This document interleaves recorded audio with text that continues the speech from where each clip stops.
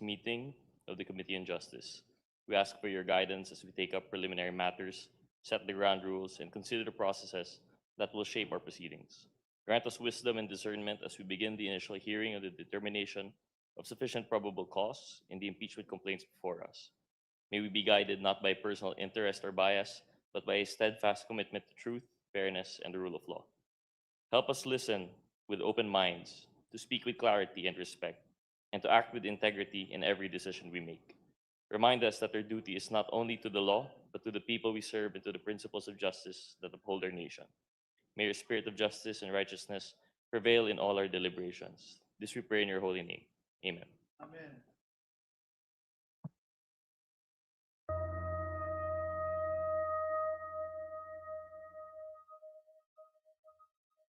Bayang magiliw, perlas ng silanganan, alam ng puso, sa dibdib mo'y buhay. Lupang hinirang, duyan ka ng magiting. Sa manlulupi, di ka pasisingil. Sa dagat ang puntong sa simoy, sa langit mong lugaw, may dilag ang tula at awit sa paglayang minamahal. Ang islap ng watawat mo'y tagumpay na nagdidingding. Ang bituin at araw niya kay Rampa, May di magdidiin.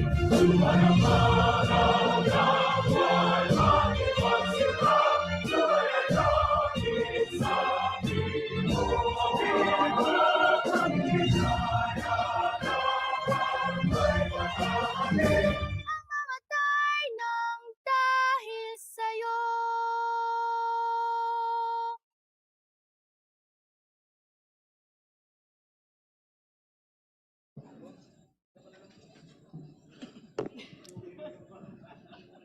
The hearing of the Committee on Justice is hereby called to order. Madam Chair, The Honorable Zamora. as this is a continuation of the hearing held on March 18, 2026, I move to dispense with the calling of the roll.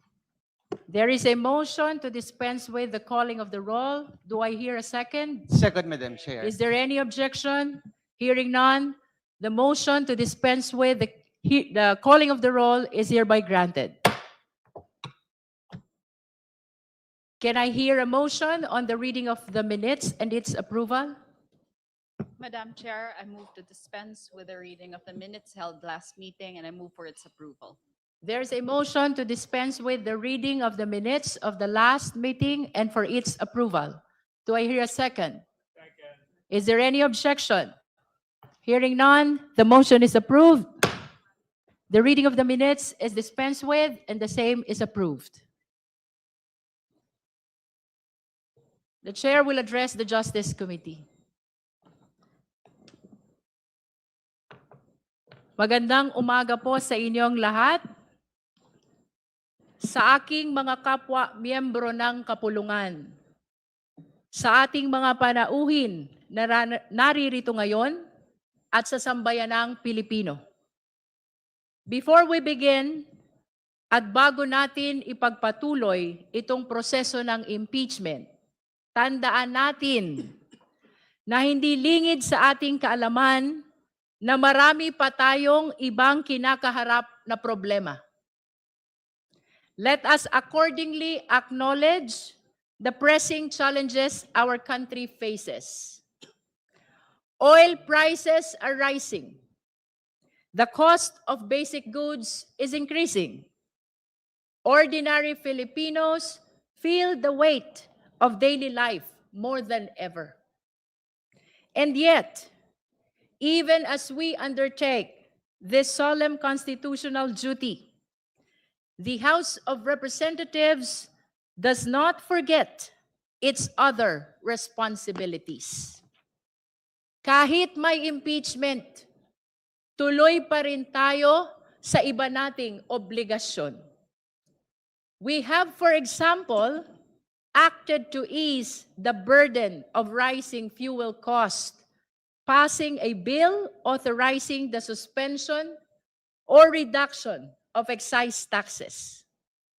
Nariyan na po ang panukalang batas. Pinag-aralan, pinag-isipan at inaasahang makatutulong sa ating mga kababayan. We also continue to work on measures that address inflation, food security, and social services. Also, just this March 2026, the House has acted on measures that directly affect the daily lives of Filipinos, passing a bill abolishing the travel tax, advancing legislation to institutionalize digital payments in government transactions, and pushing reforms to make public services more accessible and efficient. The House has also advanced key education reforms, including amendments to the Universal Access to Quality Tertiary Education Act and the Presidential Merit Scholarship Program. This strengthens support for students and investing as well in the country's future workforce. And after nationwide consultations across Luzon, Visayas, and Mindanao, the House has pushed forward the long-awaited anti-political dynasty bill with plenary deliberations recently completed. These actions remind us that governance is a constant balancing act, attending to urgent needs while fulfilling constitutional obligations. Kahit may impeachment, tuloy tayo sa iba nating tungkulin. Ang ating serbisyo publiko ay hindi napuputol, hindi tumitigil kahit sa gitna ng pinakamabigat na tungkulin. While we scrutinize those in power, we do not lose sight of the hardships faced by the powerless.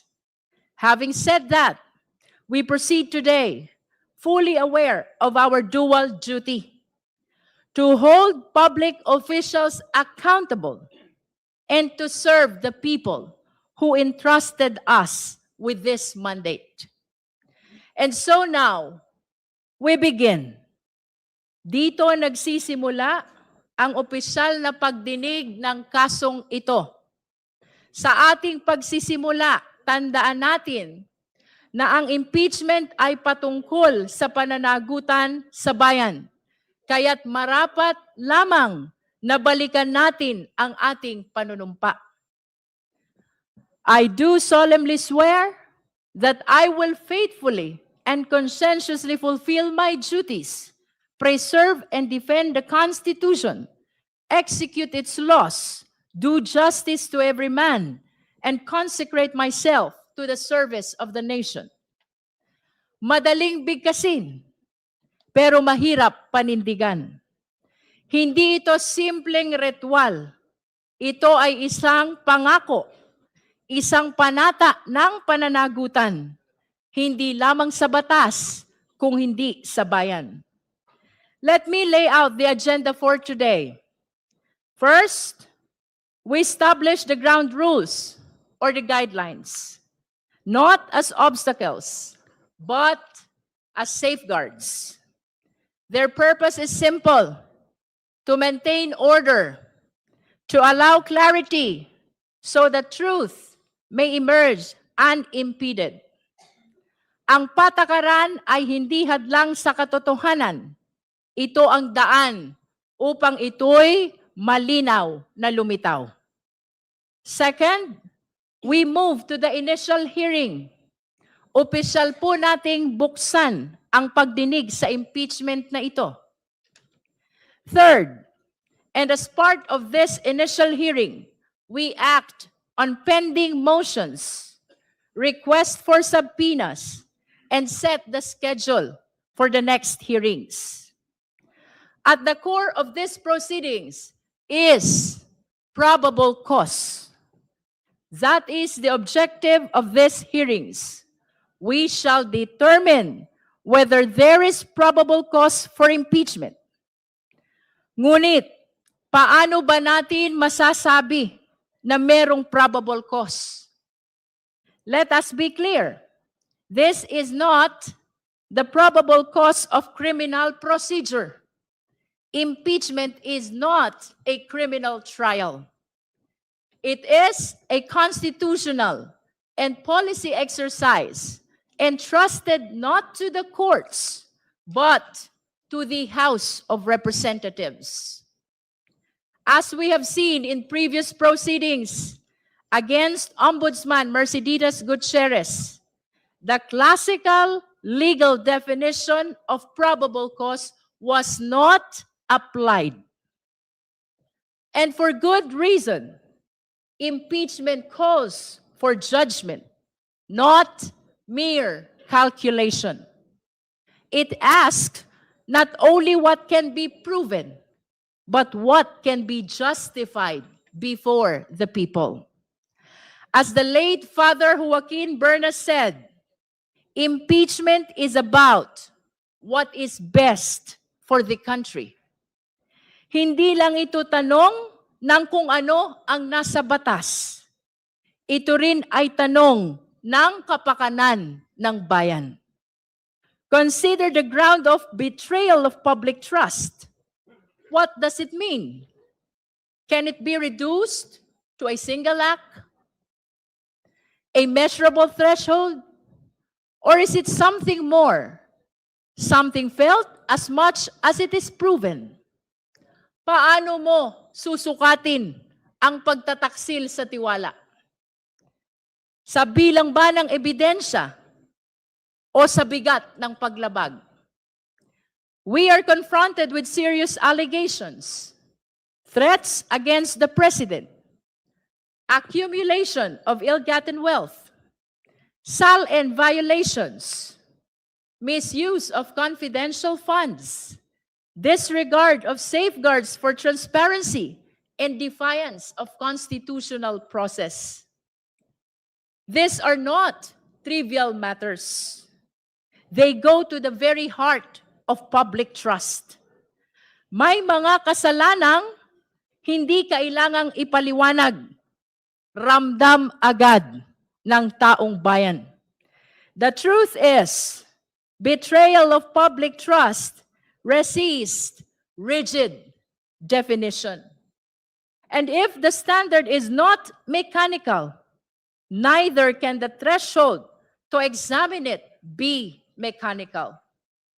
Kung ang batayan ay may bahid ng moralidad, ang paghusga ay hindi maiiwasan dumaan sa konsensya. Conscience becomes our guide, not as a substitute for evidence, but as its interpreter. Evidence tells us what happened. Conscience tells us what it means. Ang batas ang nagbibigay ng balangkas. Ang konsensya ang magbibigay ng kahulugan. Therefore, to determine probable cause is to listen, to weigh, and to decide, not by rigid formulas alone, but by what is just and right for the Filipino people. Ngunit malinaw sa atin, ang araw na ito ay simula pa lamang. Sa mga darating na linggo, sa mga susunod na pagdinig, hihimayin natin ang mga aligasyon isa-isa. Susuriin ang bawat ebidensya. Magtatawag tayo ng mga testigo. Pakikinggan ang bawat argumento at titimbangin ang depensa. Today is just the beginning of a process that demands patience, discipline, and vigilance. At sa prosesong ito, sisikapin nating maging tapat, hindi lamang sa batas, kundi sa sambayanang Pilipino. And in the search for probable cause, let us remember that what we are conducting here is merely investigative in nature, where the question is not guilt, but whether there is sufficient basis to proceed to trial in the Senate. At this stage, in this committee, there is no deprivation. No one is being removed from office here. No one is being disqualified. No final judgment is being rendered. Those consequences, if they are to come at all, arise only in the Senate, where the trial is held, where the evidence is fully ventilated, and where the full measure of due process applies. But this is not to say that due process is absent here. Far from it. We have to remember that whatever we do here in the committee must always be in accordance with the Constitution, particularly the demands of due process. The Vice President has been invited to participate. She is reportedly prepared for a full-scale legal battle, a bloodbath, as it has been described, assembling a very large team of lawyers. She is apparently ready to face the accusations and defend herself at length. And yet it appears she will not even participate. We recall the words of Justice Antonio Tiham in the previous impeachment against Chief Justice Maria Lourdes Sireno. Failure to participate in the hearings before the Committee on Justice is tantamount to a culpable violation of the Constitution. Ayon sa pananaw na iyon, ang hindi pagharap sa proseso ay maaaring ituring na patuloy na paglabag sa saligang batas. Ang tanong ngayon, maaari rin ba nating sabihin ito sa Vice Presidente? Let us remember, the Vice President took the same oath. I do solemnly swear that I will faithfully and conscientiously fulfill my duties, preserve and defend the Constitution, execute its laws, do justice to every man, and consecrate myself to the service of the nation. Lahat ho ng kawani ng gobyerno, lahat ng opisyal ng pamahalaan, iisa ang panunumpa, iisa ang pamantayan, iisa ang pananagutan. Ang panunumpang ito ay hindi lamang pangako ng panunungkulan. Ito ay panata ng pagharap sa pananagutan at paggalang sa saligang batas.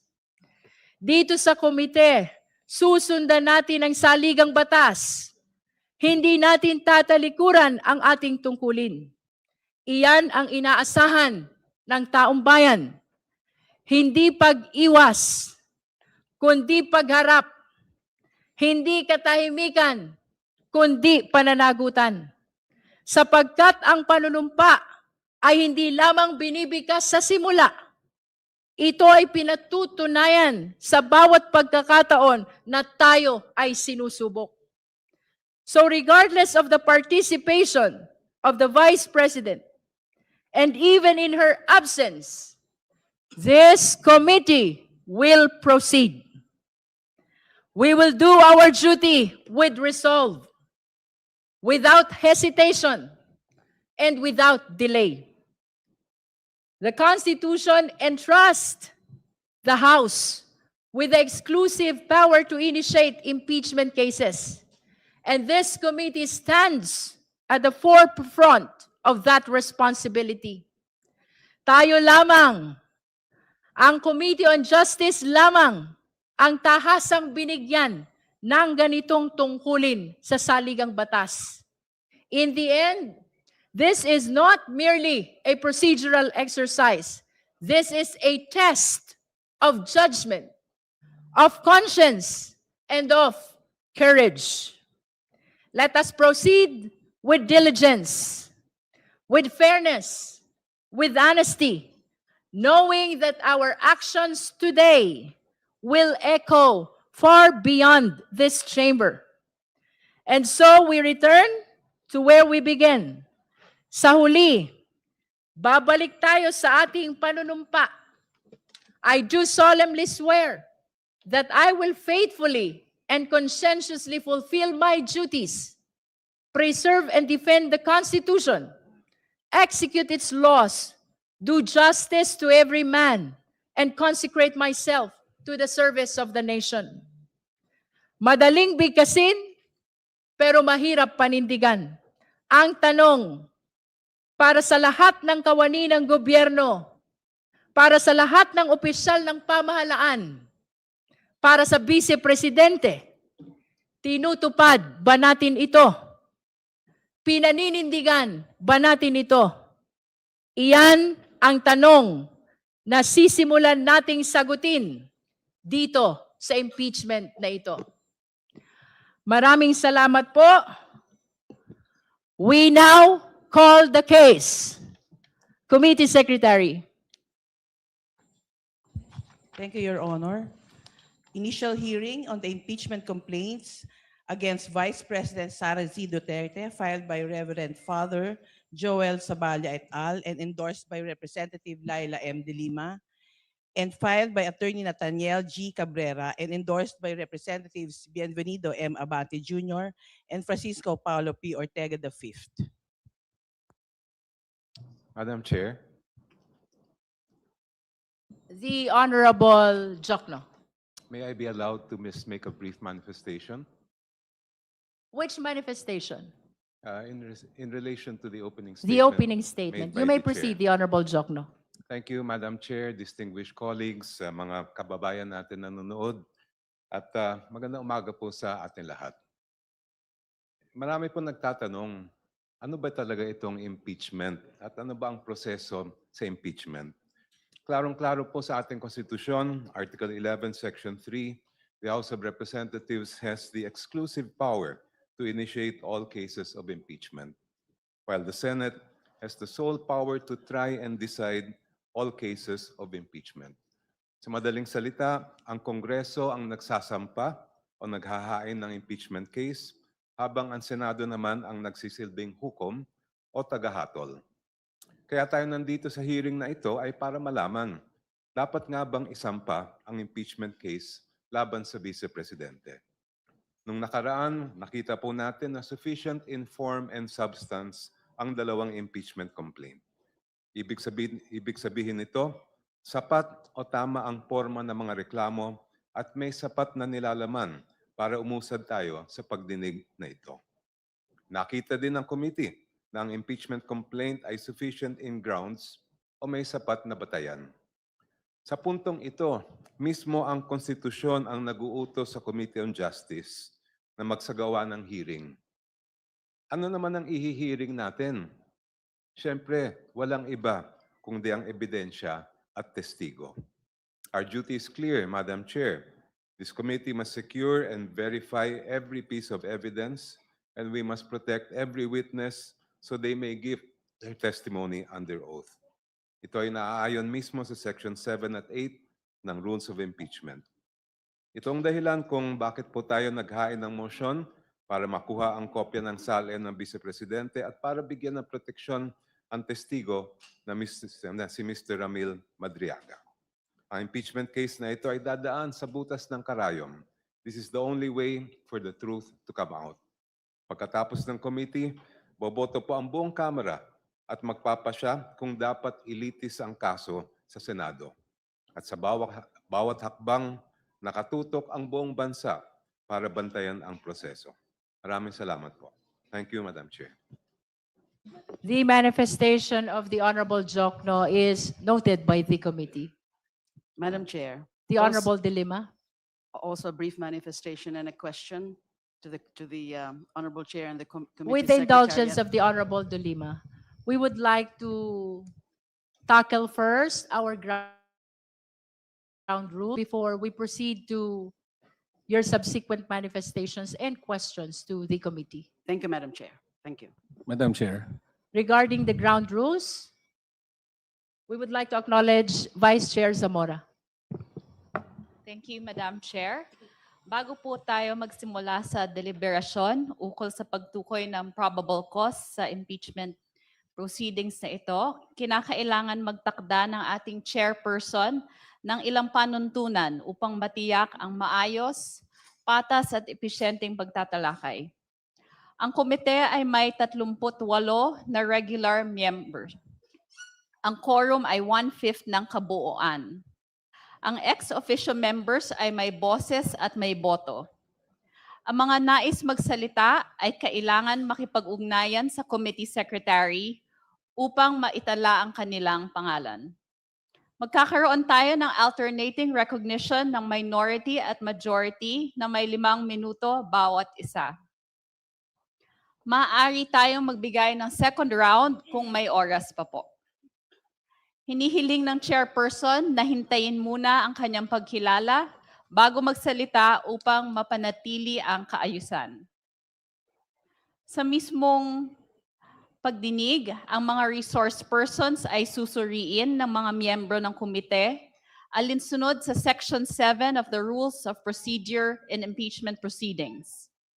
Ang mga resource persons ay hindi papayagang magsalita o gumawa ng mga interjection maliban kung at hanggang sa sila ay kilalanin ng ating chairperson. Tanging ang mga miyembro ng komite lamang ang may karapatang suriin o i-cross-examine ang mga resource persons. Ang mga partido ay maaaring humingi ng pahintulot mula sa chairperson na magsumite ng mga tanong na itatanong ng ating chairperson kung sa kanyang opinyon ay kinakailangan ang mga ito para maging malinaw ang talakayan. Ang pakikilahok ng mga abogado ng mga partido o resource persons ay limitado sa pagpapayo sa kanilang mga kliyente tungkol sa kanilang mga karapatan sa ilalim ng konstitusyon. Dapat silang sumunod sa wastong kagandahang asal at hindi sila papayagang magsalita o gumawa ng mga interjection maliban kung at hanggang sa sila ay kausapin o kilalanin ng chairperson. Mga kasama, impeachment is an extraordinary constitutional process. It demands sobriety, discipline, and unwavering respect for the rule of law. Hindi personalidad ang ating hinaharap ngayon, kundi ang ating constitutional duties. Thank you very much, Madam Chair. Can we hear the necessary motion for the adoption of ground rules? Madam Chair, I move to adopt the ground rules as stated earlier. There is a motion to adopt the ground rules read by the Honorable Zamora. Do I hear a second? Madam Chair, Is there any objection? discussion. The Honorable Rodriguez. Madam Chair, the right to counsel is assured by the Constitution. So therefore, the respondent here has always have the right to counsel. In fact, in many cases, our rules of court is supplementary to the rules of impeachment in the House. And so therefore, this representation believes that first, they are entitled, counsels for both sides are entitled to send questions, and I agree with that, Madam Chair. But what I would like to emphasize is that the Vice President can always designate their counsel to appear in all the proceedings, so that we should be able to state there that the right to counsel, the right to be heard by herself or counsel is assured by the Constitution. But we know the response of the proponent of the motion as to that particular observation.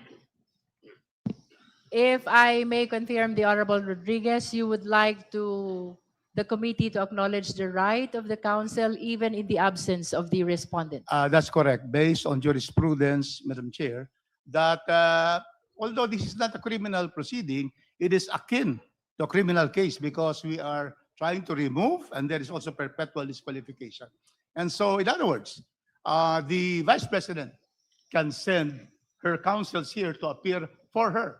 In fact, the right to self-incrimination is there. And a person who is now being investigated has the right to already not take the stand, or at the time she wants to appear, to be able to invoke it when she is asked an incriminatory question. So that is the position of this council.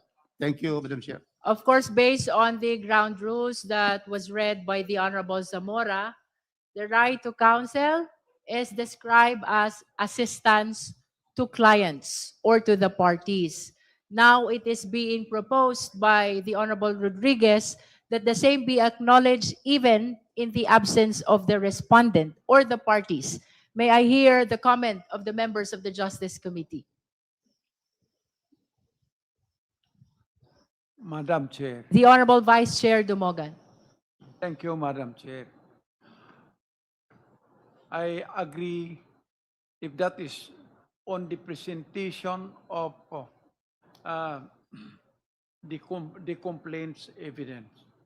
But at the time the respondent will be presenting her evidence, she must be present, because who will answer clarificatory questions in cross-examinations of what will be presented?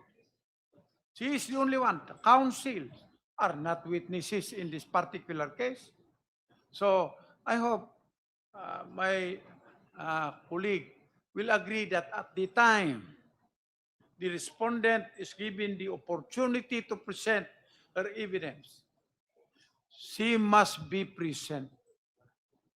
Thank you, Madam Chair. Would you like to clarify the extent of the participation that you are proposing? Yes, Madam Chair.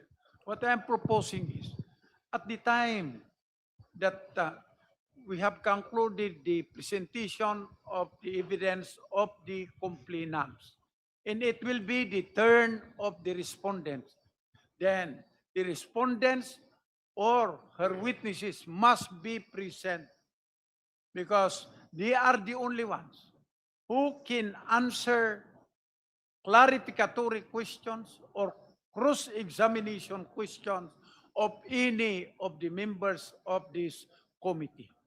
The lawyers of the respondents are not witnesses to the said defense of the respondent. So it is a must, Madam Chair, that she must be present at the unless she will waive the presentation of her evidence when it is her time to present her evidence pursuant to our rules of impeachment, Madam Chair. For purposes of accuracy, Honorable Vice Chair Dumogan, you are proposing that the respondent's counsel, even in her absence, be allowed to present the evidence. But for purposes of clarificatory hearing, it should be the Vice President herself who should be present and answer the questions before the Justice Committee. That's exactly correct, Madam Chair. Thank you. Any other member who Madam wish to Chair? manifest? The Honorable Rodriguez. Madam Chair, the right against self-incrimination is very clear. Under our rules, the criminal procedure rules, which are suppletory, because our rules are very, very, very pithy in terms of the procedure. 2 points, Madam Chair. The respondent has the right not to appear, and therefore she does not need to be present, because that is the right of a respondent, akin to a accused in a criminal case, as decided in the cases, Madam Chair. That's number one. Number two, the counsels here are not only to advise on the legal rights, they have the right to cross-examine, because the Vice President will not be present. If she's present, she cannot cross-examine witnesses, because she has lawyers. So therefore, 2 points. The rule that requires that lawyers can only, the participation is only to advise the legal rights of the witness is on the rules on the investigation in aid of legislation.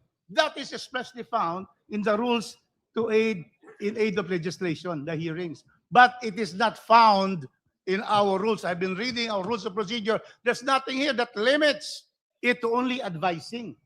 Therefore, in an adversary proceeding like this, we have to therefore hear the counsels if they wish to be present, but if not, then that is also the lookout of the respondent.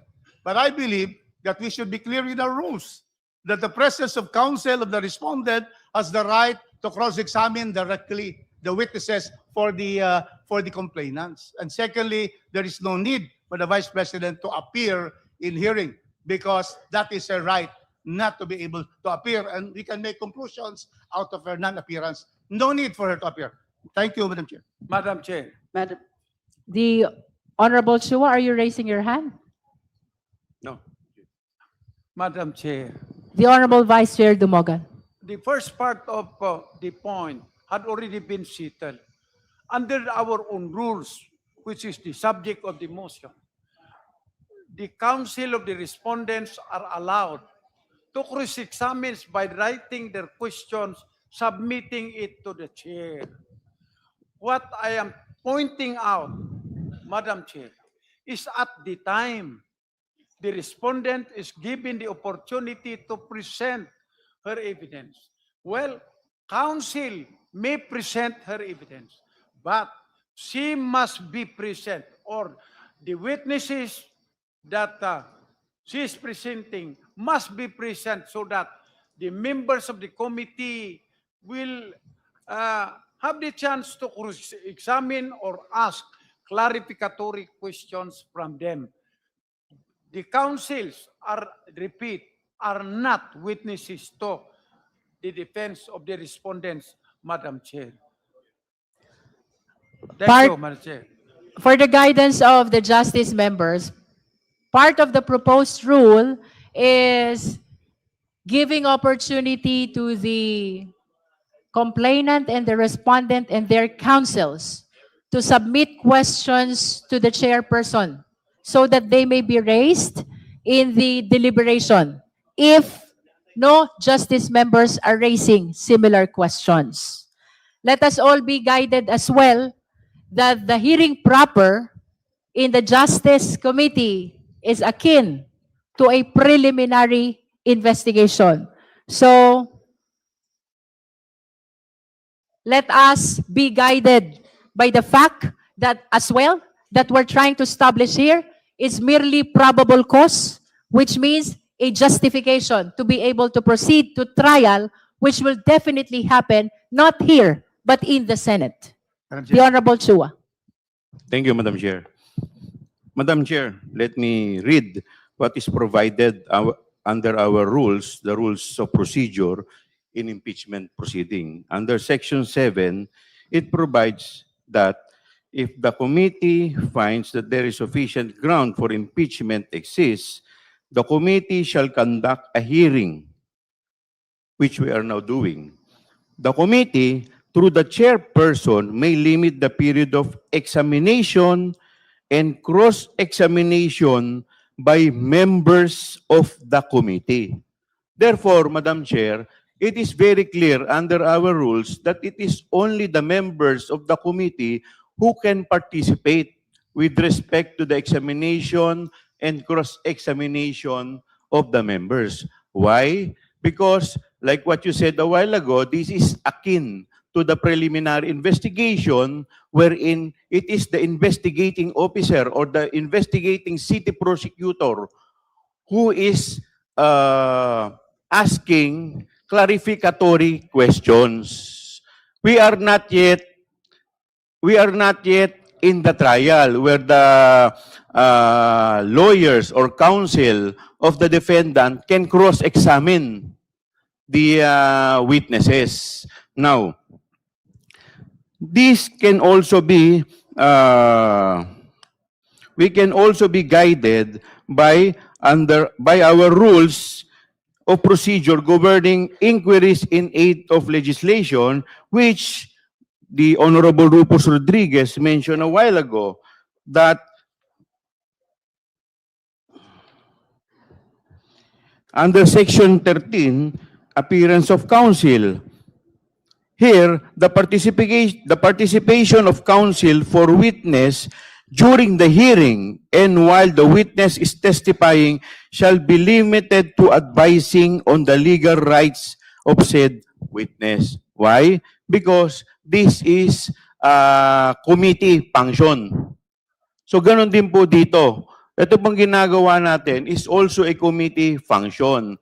The cross-examination, ang purpose po ng cross-examination dito is just to ask or just to clarify questions.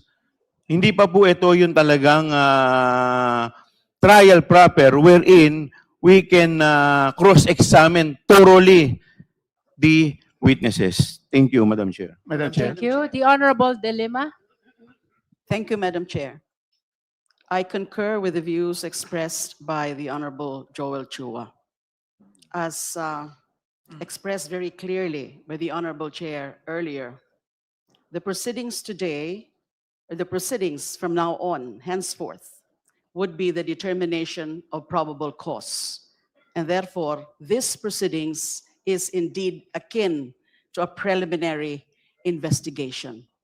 There are no formal direct examination or cross-examination in the proceedings before the prosecutor's office. Yes, we can recognize the respondents and the complainants' right to counsel, but their role ought to be limited because this is only preliminary investigation. Role like identifying affidavits can assist their clients, can assist the complainants, or can assist the respondent.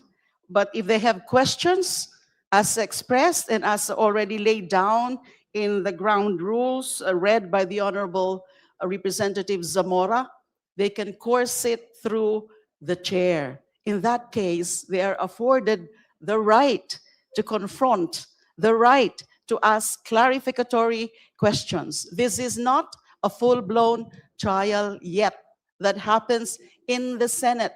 Just to repeat, this is akin to preliminary investigation, determination of probable cause. The proceedings or the hearings before the prosecutor's office, and this is the prosecutors, the Committee on Justice, is actually also limited, and no full-blown examination, whether it's direct examination or cross-examination, being conducted or held at that point.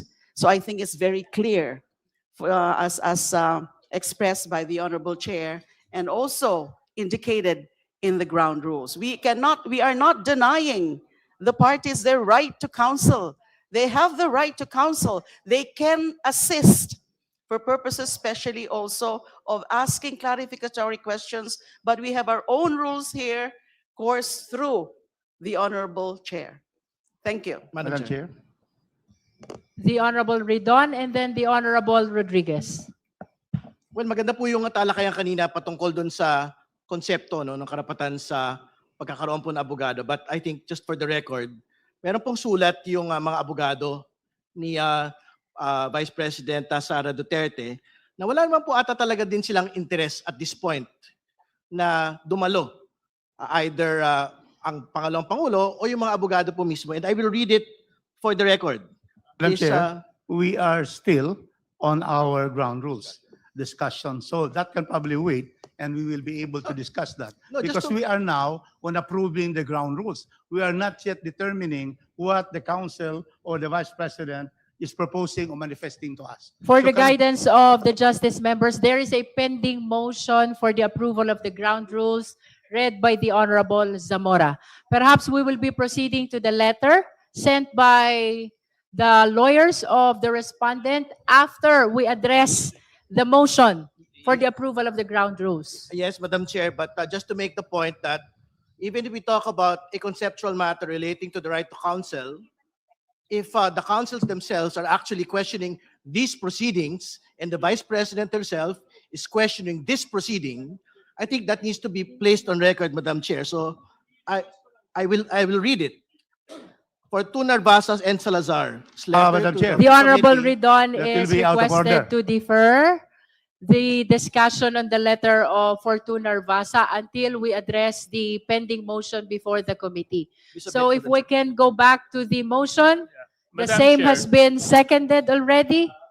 Other discussion because there were interjections. That is with regards to the the ground rules. Yes. Madam The Chair. Honorable Rodriguez. Madam Chair, there is here a statement that in our rules, only members can ask questions. And I would refer now to Section 7, committee finds, and then the committee shall conduct a hearing and examination and cross-examination by members of the committee. Very clear. However, Section 7 shall obey the Constitution of the Republic of the Philippines.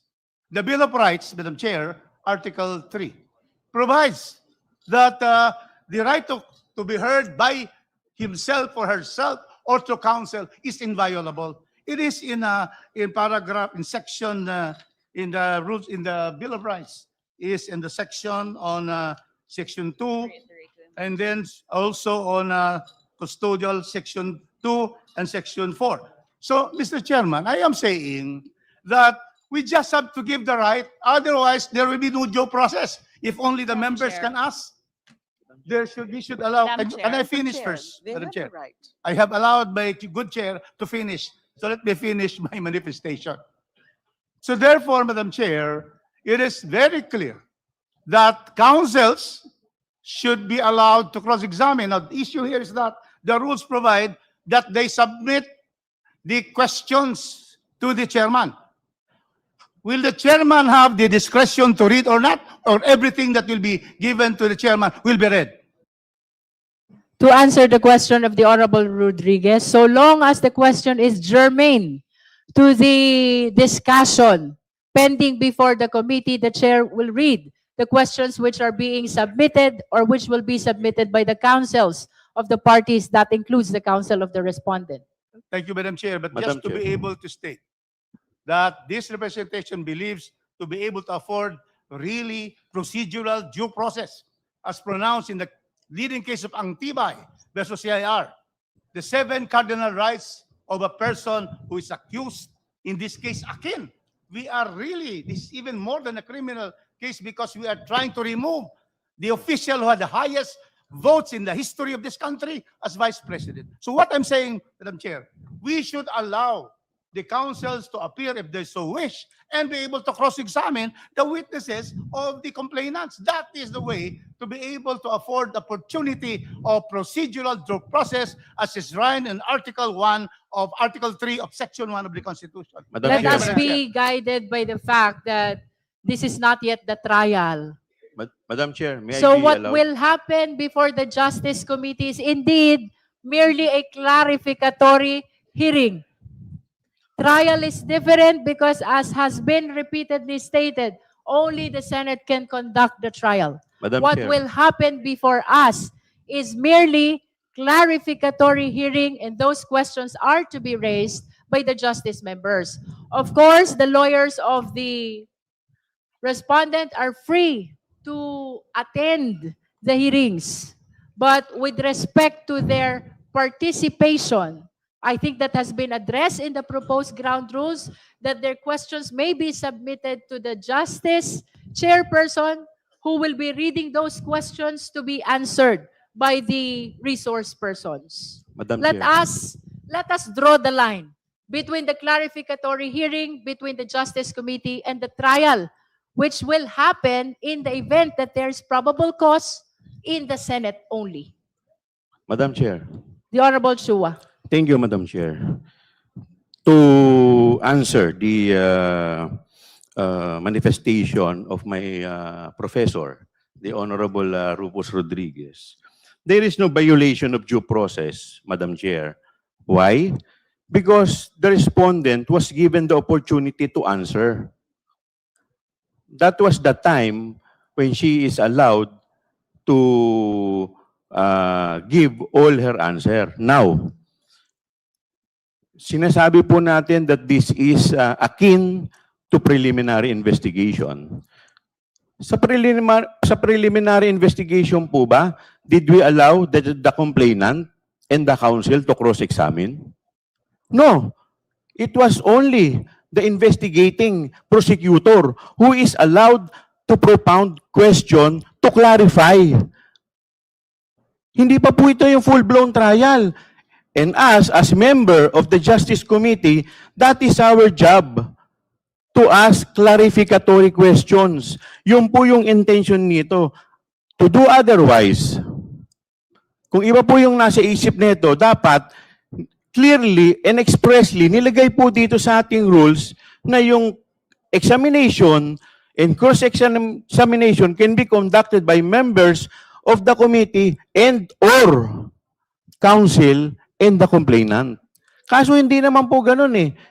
Sa buong Pilipinas, wala po kayo, never po nangyari sa preliminary investigation, nagkaroon ng cross-examination or nagkaroon ng opportunity na mag-cross-examine ang counsel at ang complainant. Thank you, Madam Chair. Madam Chair, Madam Chair. Madam Chair. The Honorable Zamora and then the Honorable Vice Chair Dumogan. Madam Chair, I reiterate my motion to approve, to adopt And- the ground rules as I earlier stated. In the interest of due process, let's hear as the last manifestation on the issue of representation by counsel, the Honorable Zamora, the Honorable Dumogan, and then we rule on the motion to approve the ground rules. Honorable Dumogan. Thank you, Madam Chair. As I said, we fully, is in the motion that respondent is entitled to counsel. In her counsel are entitled to ask clarificatory question, but it must be coursed through the chair, who will read the questions. That is the same in a preliminary investigation in a criminal case. But on the other hand, after the complainants had presented their evidence, it will now be the turn of the respondent. When the term of the respondent will come, counsel can possibly present also the evidence of the respondent. But as I said, the respondent must be present because who will now answer clarificatory questions from the investigators? The members of the committee are considered as the fiscal conducting an investigation. So who will now answer the clarificatory questions of this committee if the respondent will not be here? So anyway, it will be her right if she does not appear. But to me, it will be a waiver of her right also to answer clarificatory questions of any members of this committee. Respectfully submit. Thank you. At this juncture, we shall now resolve Madam Chair, the motion. I think another- we've heard already No, all another your meaningful and significant manifestations on the right to be represented by counsel. So with the indulgence of the Madam Honorable Chair, Zamora. there is a next ground rule which I would like to again manifest. We're finished with the representation and Okay, presence. you may proceed on the I'd next like- ground rule. I would like to ask our Vice Chair, after the issue of the questions to be sent, what is the next ground rule? Because I have also a manifestation on that.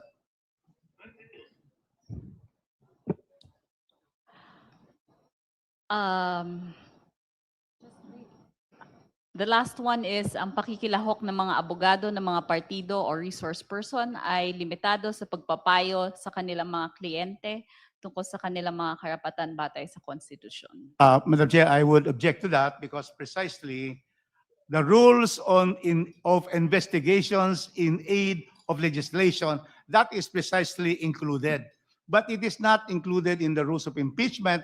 Plus, secondly, lawyers will be allowed, in fact, that will contradict the previous ground rule because the lawyers of respondents are allowed to send questions to the chairman. So if you are preventing them only to advise counsel on their legal rights, that is what is stated in the rules in aid of legislation, then that should fall because we have allowed already in the first ground rule that there will be questions on cross-examination to be submitted to the chair. So the counsel is not limited to giving advice on the legal rights, the right to counsel the right to right against self-incrimination, but really to participate through the chair. So I therefore move that we remove the Madam last Chair, one. if I may comment, The Honorable please. Zamora. Madam Chair, number 8 and number 9 of the ground rules are not inconsistent with each other. Number 8 refers to the right of the parties to submit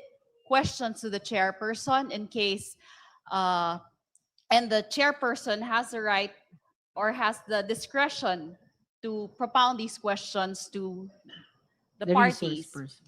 For number 9, Madam Chair, the statement that the parties and their counsels, the counsels are limited to advising their clients about their rights under the Constitution is actually a very general statement that, yes, we should follow what is stated in the Constitution. So, in fact, it says here, dapat silang sumunod sa wastong kagandahang asal at hindi sila papayagang magsalita o gumawa ng mga interjection maliban kung at hanggang sa sila ay kausapin o kilalanin ng chairperson. So this is in fact a very general statement, Madam Chair. And again, as we are in a preliminary investigation stage, we are not violating the right of the respondent to counsel. In fact, I would like to make it a point that the respondent and his counsel and her counsels are not present. Thank you, Madam Chair. Thank you. Any other manifestation? We are Madam on Chair. number 9 Madam Chair. ground rules of impeachment of the Madam hearing Chair. proper. The Honorable Tino. Madam Chair, this is just a request for copies, even electronic Yes. copies of the ground Yes, rules. may we under direct the committee consideration. secretary to provide the members with a copy of the ground rules? Madam Chair, manifestation. The Honorable Diaz Puno. I refer back to the comment of the chairperson earlier that the questions being raised by the lawyers because through her for determination on whether or not they are germane to the discussion. This leads us, Madam Chair, to the question of what is this committee tasked with deciding? Are we going to decide veracity or non-veracity of evidence? Or are we merely made to decide whether the evidence presented by the complainants are relevant to the complaint that they have submitted? When we forward whatever decision we make to the Senate, do we say that contrary to a preliminary investigation, that there is probable cause? I do not think that that is the obligation of this committee. I believe, Madam Chair, that the obligation of this committee is to verify that the witnesses presented will present testimony that are consistent with the complaints that we have already ruled as of substance and form. So maybe the right to counsel is not properly addressed here because we're not after truth or falsehood of the evidence that's coming in. Merely relevance to the complaint that have been submitted by the complainant. When we elevate it to the Senate, we are not saying that anything is true or not true. We're not saying that anybody is guilty or not guilty. We're merely saying that the complaints have been found to be in form and substance. The witnesses presented have been consistent with the complaints that have been submitted. And that is going to be the substance of the decision that this committee will make, Madam Chair.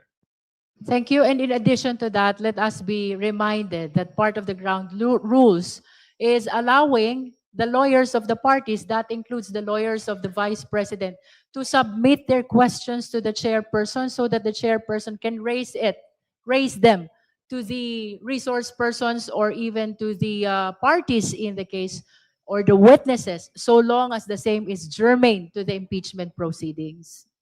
So with that, may we proceed to rule on the motion? The Honorable Ko and then the Honorable Jokno. Thank you, Madam Chair. Madam Chair, I would concur with Representative Joel Chua and the current stipulation of the ground rules and find no contradictions, whether it be in the Constitution, in the House rules as we speak, and in the principles of due process that we are providing the respondent as of now.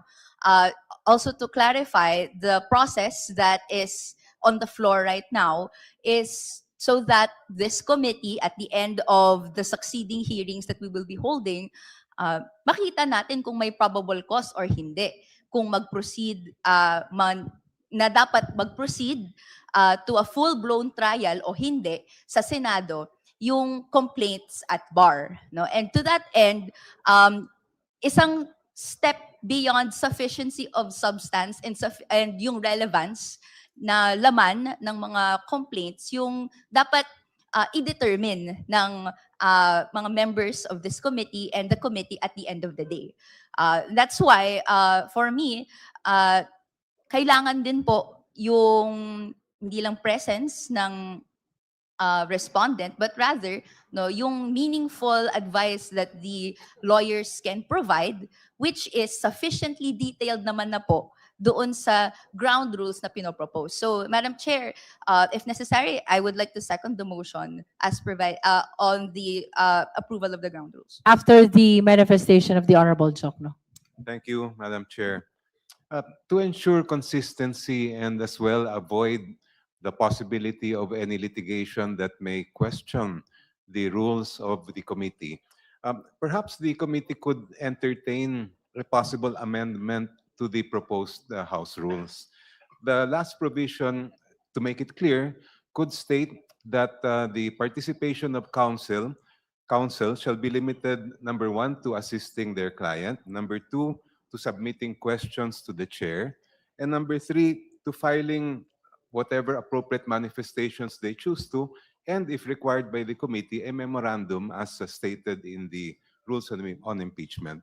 That way, there can be no issue as to, no one can argue that the right to counsel is being denied by the committee. I would make so move, Madam Chair. Second. Second.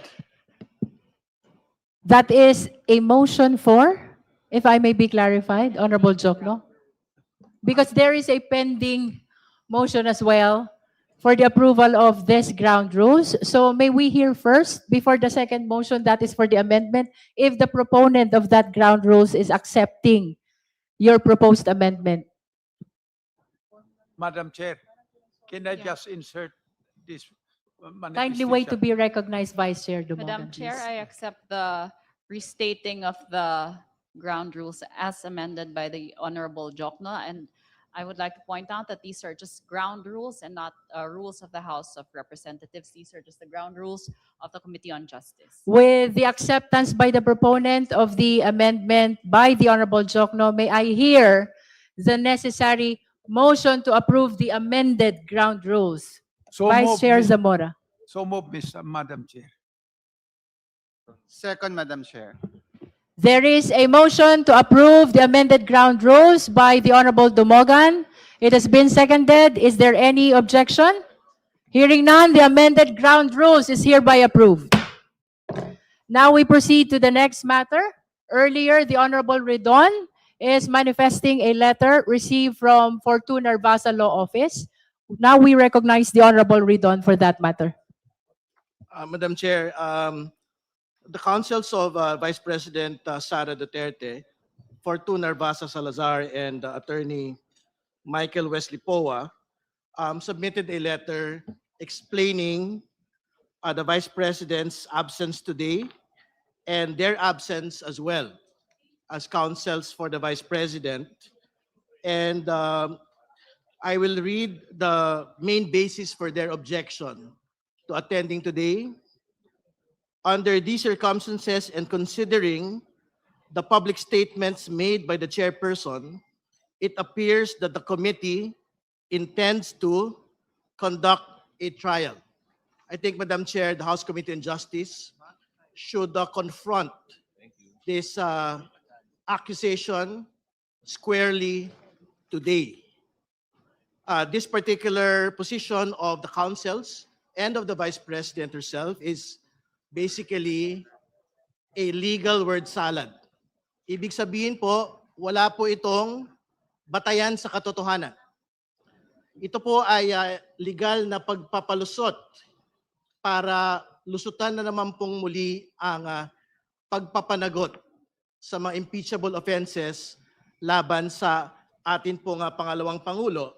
Yung pong paggamit ng mini trial ng ilan po sa mga kinatawan ng komite pong ito ay para lamang po sa pagpapaliwanag sa atin pong mga kababayan nung pong pagtakbo ng proseso po na impeachment. Particular, ito pong hearing proper, at more particularly, to make a distinction from the actual trial which will happen at the Senate. No? So, tingin ko yun lang po yung malinaw po na distinction dito po sa bagay po na ito. And Madam Chair, there is nothing in the rules and the proceedings that we have today which can in fact be considered as unconstitutional. I will read for the record the rules yet again and the constitutional provision. The constitutional provision in Article 9, Accountability of Public Officers, Section 3, 2. A verified complaint for impeachment may be filed by any member of the House of Representatives or by a citizen upon a resolution of endorsement by any member thereof, which shall be included in the order of business within 10 session days and referred to the proper committee within 3 session days thereafter. The committee, after hearing, this hearing, Madam Chair, and by a majority vote of all its members, shall submit its report to the House within 60 session days from such referral, together with the corresponding resolution. That is the constitutional provision, Madam Chair. The rules of impeachment of the 20th Congress, Section 7, submission of evidence and memoranda. If the committee finds that sufficient grounds for impeachment exist, the committee shall conduct a hearing. This hearing, Madam Chair. The committee, through the chairperson, may limit the period of examination and cross-examination by members of the committee.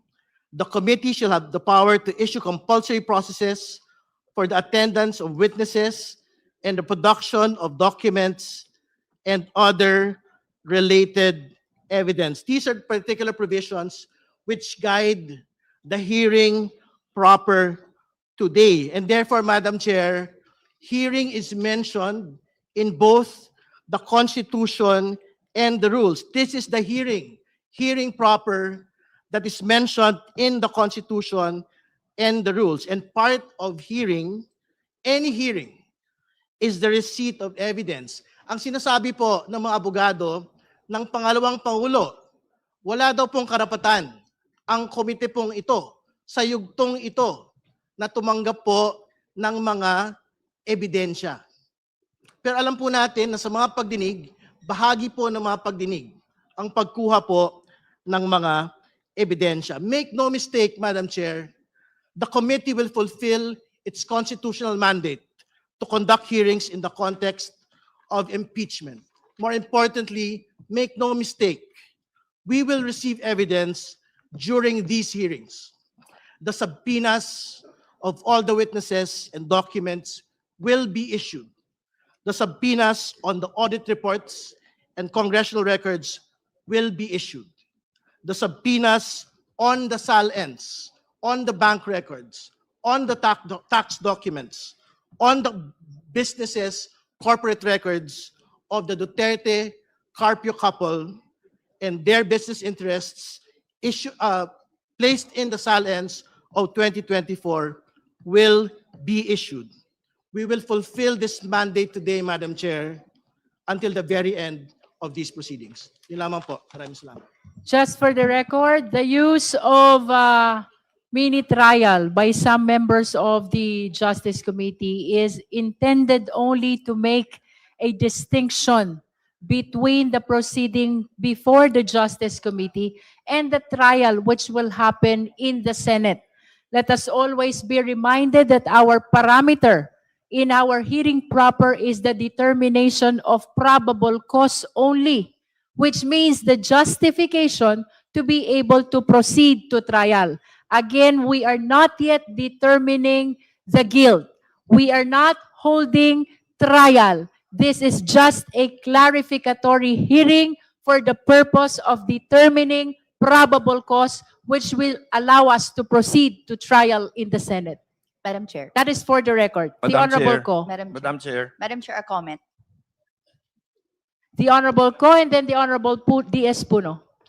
Madam Chair, also for the record, there is a statement released by the Office of the Vice President, no, echoing the parts of the letter issued by Council, and again using the word quote unquote mini trial. Madam Chair, on the record, I'd like to contest, no, and express my grievance on the use of the word mini trial. What is happening on the floor, Madam Chair, is determination of probable cause. It is a different, no, proceeding that if you also provide equivalents in how we do this in the judicial proceedings, clear naman po ang distinction ng ginagawa ng Office of the Prosecutor. And kapag nahanap na po yung probable cause na yon, magpo-proceed na po sa trial sa korte. For me, Madam Chair, it is irresponsible to muddy legal concepts so as to create a reason para po hindi mag-appear and even defeat the capabilities of this committee to talk about evidence, pleadings that is provided and may avenue naman na pinapadaloy under our House rules. So, Madam Chair, I'd just like to put on the record yung grievance on the use of the word mini trial. Thank you, Madam Chair. Thank you. The Honorable D.S. Puno. Thank you, Madam Chair. I refer back to the comment earlier by Congressman Jokno, which I think is very important, that we try to be sensitive to any actions that the committee takes that might open us to questioning on the higher judicial levels. We are in a hearing today. Hearings usually result in committee reports. Committee reports that will not have a judgment, that will not have any statement on the true veracity of any evidence that is presented here, because that is the work and job of the Senate, in my belief. No? So the final report that comes out is not a decision, it is not a judgment, it is a committee report that is forwarded to the Senate and recommending a trial. So I believe that the distinction between whether we are having a trial or not should begin there. And that is where we should rest it, not on the dictionary meaning of trial and so on and so forth. So the use of these terms, while sometimes unfortunate, does not result in nullifying the importance of these proceedings. So even the evidence that we review here, we will examine so that we do not send to the Senate meaningless evidence. It must be evidence that is germane to the complaints that have been filed, and it must be evidence that we have verified to be real facts and not just allegations, not just versions of the truth, but something that we all know is actually the truth, because why would we send it to the Senate if we do not believe that that is the case? So I believe that if we clarify this in the course of our proceedings, that we are not judging any testimony, but merely verifying it for purposes of accuracy, relevance to the complaint that has been filed, and so on, and come out with a committee report in that manner, I don't think that this committee can be accused of conducting a trial, Madam Chair. Madam Chair. The Honorable De Lima first and then the Honorable Rodriguez. Rodriguez George. Yes, Madam Chair, just a brief reaction to the manifestation of the Honorable Representative Puno. Just to be very clear, what will be transmitted to the Senate is not the committee report. What is to be transmitted to the Senate is the articles of impeachment already. The committee report from this committee will be transmitted to the NBank for consideration of the recommendation, for the consideration and approval of the recommendation of this committee, whether probable cause exists or not. So let's just be very clear about it. And Madam Chair, I noticed that the ground rules, the guidelines distributed to us does not yet reflect the amendment. So if we can have, please, the The copy committee reflecting- secretary is directed to reflect or include the amendment that was approved already in the approved ground rules. Thank you.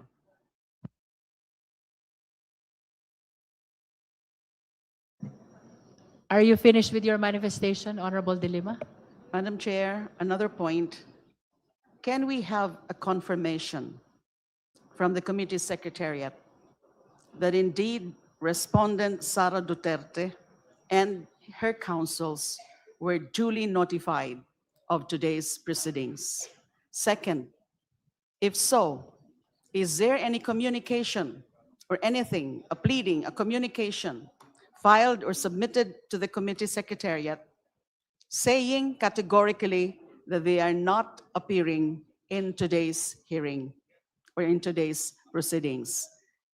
And another question is there also any communication or any submission made from their camp explaining the absence of respondent Sara Duterte? Because aside from the letter put on record by the Honorable Terry Ridon about questioning the proceedings under the erroneous premise that what is being conducted here is trial on the merits, is there has been statements, pahayag, from Sara Duterte. I think this was circulated already to media. Let me just point out one important statement here. It's a pahayag from the Vice President of the Philippines, Sara Duterte, dated today, March 25. The second to the last paragraph says, naisumit ko na ang aking answer ad cautelam. Sa ngayon, wala nang dapat pang gawin ng komite, kundi ibasura ang mga reklamo dahil sa malinaw na kakulangan ng ebidensya. Is this an indication clear enough that she is waiving her right to participate in our proceedings? So I just wish to have that confirmation of the committee secretariat as to whether there's been any formal communication saying that they will not, whether she or by her counsel, will not participate in the proceedings before this committee henceforth. The committee secretariat is directed to report to the committee the fact of having sent the notice of today's hearing to the respondent, and whether there is a communication or a document filed in relation to that invitation, as well as the same letter which was earlier manifested by the Honorable Ridon. And if there are any other documents received from the respondent, the committee secretariat is likewise directed to report to the committee. Let's begin with the notice sent to the respondent. Comsec, please. Yes, thank you, Your Honor. The invitation for Vice President Sara Duterte to attend today's initial hearing was sent by electronic mail on March 19, 2026 at 10:25 a.m. It was acknowledged by, it was received March 19, 2026, 12:34, and acknowledged by the Central Records Unit of the Office of the Vice President. The invitation for two Narvasa and Salazar, counsel for Vice President Sara Duterte, to attend today's meeting was emailed on March 19, 2026, 10:21 a.m., received March 19, 2026, 1:45 p.m., acknowledged by Fortune Narvasa Salazar. As far as any communication from the Office of the Vice President manifesting that she will not attend today's initial hearing, the only communication we received with respect to that is the letter from her counsel, Fortune Narvasa and Salazar. That's all, Your Honor. Any comment from the Honorable De Lima? Thank you, Madam Chair. It's very unfortunate that the respondent herself is disrespecting the proceedings before this committee. At the very least, she should have manifested formally that she will not be appearing before this committee. And rather than just issuing statements before the media, because that letter submitted by her counsel, the Fortune Law Office, is not yet very clear there. Are they appearing or not? show respect. They cannot just assume that this is going to be a trial, because it's already clarified that it is not full-blown trial. This is not trial on the merits, but simply akin to preliminary investigation. With, of course, right to counsel, right to appear, right to assist the clients, and right to submit clarificatory questions to the Honorable Chair. So this is disrespect, another manifestation of her affront the constitutional process. I remember what the Honorable Chair cited earlier in her opening remarks. There's this quote from former Supreme Court Justice, I think it's Noel Tiham, not Antonio Tiham, as stated earlier, about the fact that failure to appear, failure to participate in the impeachment proceedings, it's itself a betrayal of public trust, because this is a formal constitutional process that everyone is expected to respect, especially the parties like the respondents. So it is very unfortunate that we have this mindset again, this attitude on the part of the respondent, showing disrespect and affront to the constitutional process of impeachment. Thank you. Thank you. Now the Honorable Rog Gutierrez. Thank you, Madam Chair. Madam Chair, I believe the Honorable Dilima has made some good points, and we were actually moving on with the discussion. But I just wanted to go back po, no? Just a short manifestation on dun sa issue ng mini trial, because this representation agrees with our colleagues here today that I think we should confront, I think was the term used, no? This framing of what is going on here today. Kasi Madam Chair, we take exception to this because I think it does not have any legal effect the way that it was called a mini trial, if ever even it was mentioned in passing. I would assume it was never in any official memo, but it shouldn't have any legal effect. No amount of nomenclature can change the proceedings that we're having here. And actually, I believe, Madam Chair, what should be controlling is the letter that actually this committee has submitted to the party of the respondent.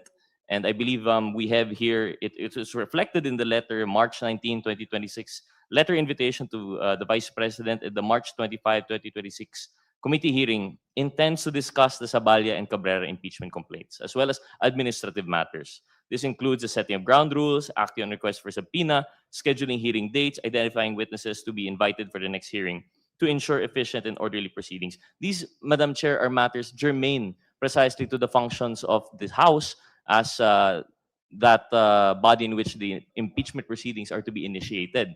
This is not in any way close to a trial, even if we call it a trial. Tanggalin na po natin yung mini doon. Sabihin natin we called it a trial. What we're having here today is very far from that. As mentioned, I think it was Justice Carpio who once mentioned in a concurring opinion that, and it has been thrown around here a lot, no? It is akin to a preliminary investigation. And very clear, if we are even to compare to that under Rule 112, Section 3, Paragraph E, they have their actually clarificatory hearings. So no matter any which way that we call this proceeding, very clear po na this hearing that we're having, if it's going to be considered akin to that, is nowhere near an actual trial by any judicial body.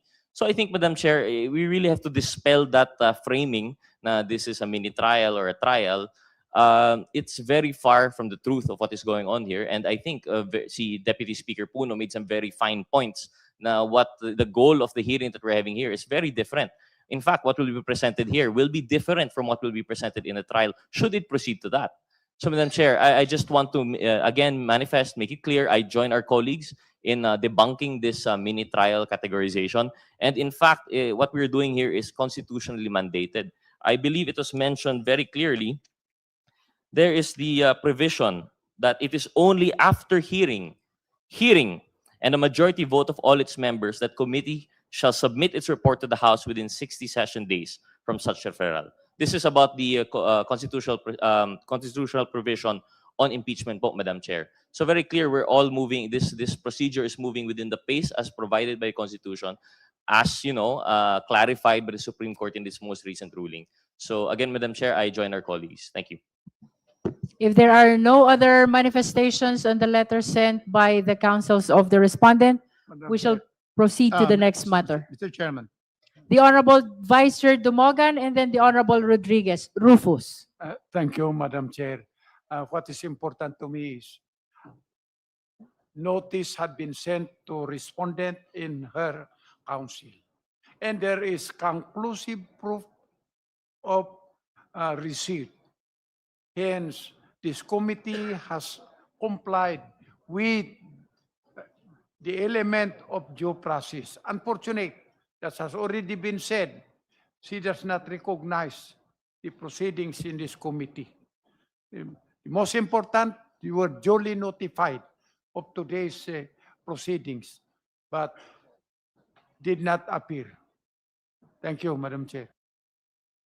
The Honorable Rufus Rodriguez. Madam Chair, if I was so disappointed by the answer, consolidated answer ad coltelam, I am really totally dismayed by this letter sent by the lawyers.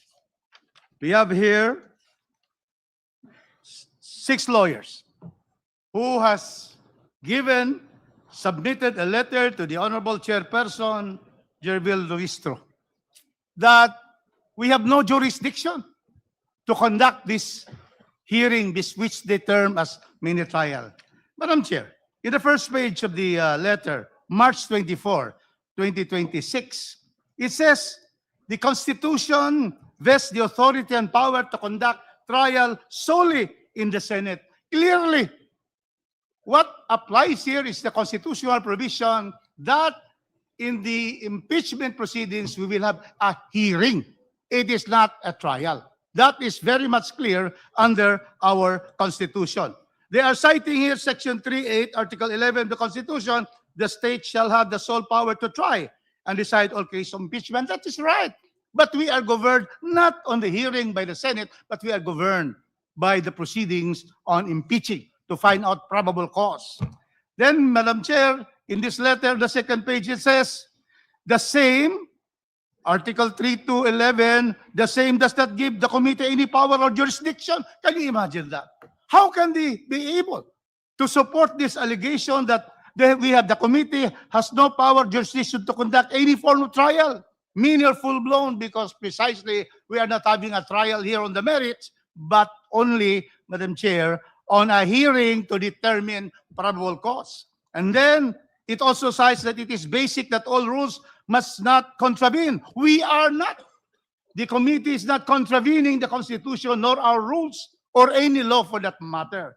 And then finally it says, Madam Chair, that on the ground they're saying that we have no authority and jurisdiction on the ground that the committee and or the HOR as well as any of its members lack jurisdiction to conduct any form of trial or exercise of its incidents. Any law student would know that precisely our committee has the power to hear on finding probable cause by the 2 complaints where we found sufficiency in form, substance, and grounds. Therefore, I move that we issue an order traversing these particular erroneous allegations in this letter. Erroneous because they are the ones contravening the Constitution. The lawyers of the Vice President are the ones contravening our rules of impeachment. But then, in that letter, we invite them again to appear in the next hearing because we are always mindful of giving due process. So move, Mr. Chairman. Let us answer this by this committee. Second. We should answer that these are all erroneous and is not in compliance, is against the Constitution itself, which they are citing. And then be giving them due process. I am disappointed, Madam Chair. This is the chance of the Vice President. In their answer, they did not put forth. I thought it was a strategy that in the hearing, they'll be able to appear. Although, Madam Chair, I don't agree that we should have the Vice President appear here, but counsel should appear and be able to traverse all the 6 grounds of the 3rd complaint and the 5 grounds of the 5th complaint. So I move that we issue an order traversing this, saying that these are all erroneous and that they, in spite of their erroneous interpretation of the Constitution, they are invited to the next hearing if they so mind, because it's clear, our ground rules are clear, the lawyers are May able we to- be clarified on Yes. the purpose of your motion of inviting the lawyers in relation to the letter that they sent to us? Also that, and probably, but no, Madam Chair, very clearly, the letter has no basis in in law, on the Constitution, on our rules. We don't have to let them here to explain. I'm saying that we should be able to tell the lawyers that this is really a scrap of paper that they have submitted to this honorable committee. It's an insult to the committee if this is what they want. And so therefore, we have an order from the committee for them to tell them that they are wrong and that they are invited in the next hearing so that we continue to try to give due process to the Vice President, which we wanted precisely to have her side on these grounds. Thank you. Your So moved, motion, Madam Chair. Honorable Rodriguez, is to invite the lawyers to answer to the committee about the erroneous impression that they're giving about the proceeding of the Justice Committee. Is that your motion? No, not anymore. They have already stated this. What I'm saying is that you have an order denying this manifestation and putting our reasons why their letter dated March 24 has no basis in the Constitution, the rules, and the law. And then at the same time, invite them to attend the next hearing so that if they're minded. We are to send inviting the Yeah. parties and the councils every time we have a hearing. Chair. But in this case, they are saying that they do not recognize our jurisdiction. And so we're telling them that please come and recognize it because your premises here is totally unfounded and baseless. Thank you. Right. So there is a motion to issue Madam an Chair. order Madam Chair. or an answer to the letter belying all the erroneous allegations contained in the letter of Fortuna Narvasa. Do I hear a second? Madam Chair, amendment. it is not, we do not answer. We order. So it will not be, the committee will not answering anybody. Yeah. It will be an order because we have the jurisdiction to order by stating that they have no basis and they are invited to appear. Thank you, Madam but Chair, it depends on There the is chair. a motion to issue an order to the councils of the respondent to attend in our subsequent hearings because all their allegations are erroneous. I am Amendment to pertaining to the motion. letter sent by Fortuna Narvasa. Amendment to the motion, Madam Chair. The Honorable DS Puno is recognized. Yes, may I recommend that in the manifest in the amendment that we state that this matter was discussed at this hearing and found to be defective and erroneous. So I think that those statements of Representative Rodriguez should be included in the order and then the invitation. But I think we should make it clear that it was discussed, just so that it's not made to seem later on that it was dismissed without due deliberation here. Madam Chair, may I? Is just, this in relation also to the motion? The Honorable Zia Alonto Adjong. Before we act on the motion, Madam Chair, just for the public consumption, because our kababayans are watching us right now, the order as proposed by Congressman Rufus Rodriguez should not be taken as something for this committee to treat the lawyers with an equal footing, because the legitimacy of this process does not rely on the acceptance or recognition of these lawyers or anyone for that matter. We are exercising our constitutional duty to proceed with the investigation, with the hearing as we are conducting right now. Para po sa kaalaman ng karamihan, yung sinasabi po ni Congressman Rufus Rodriguez is not really in response to put them in the equal footing as though the lawyers and this committee is exchanging ideas or opinions. Because number one, hindi po nakasalalay ang integridad, ang proseso at legitimacy ng hearing na ito sa acknowledgement, recognition ng sino man or kanino mang parte, Madam Speaker. Madam Chair, the letter was submitted The Honorable DS Puno. to the chairperson as chairman. It is addressed to the addressed to the chairperson, chairperson DS as chairperson of the committee. That's correct. So I think at the very least we should manifest that this has been brought out to the members. It has been read by Representative Ridon, and it has been commented upon by Congressman Rufus Rodriguez. That does not make them and give them equal status with us. It merely tells them that we are fair, and we have taken this into consideration and actually found their manifestations and their letter to be defective in substance, no, and in what Madam they Chair. allege. Madam Chair. The Honorable Jokno. Yes, I have some serious reservations about using the term order because it could be twisted and made to appear that we are acting like a court. I would agree that we should respond to the letter since it was addressed to the chair. Perhaps the chair could synthesize all of the discussions made today. And if I may add on that point, we are exercising a constitutional duty today and in succeeding hearings to conduct a hearing. And we have gone through all of the form and substance. We have already made the finding that there's sufficient ground to proceed with the impeachment proceedings. So what else do we have to do except to look at the evidence? Yan po yung tungkulin natin. And it was be clear to the public and to the lawyers of the Vice President that that is what we are doing today. Thank you. So the suggestion of the Honorable Jokno is instead of an order of the committee, that the chairperson answer the letter of Fortuna Basa. Let's hear the comment of the proponent, the Honorable Rodriguez. Madam Chair, the issue has been brought to the committee.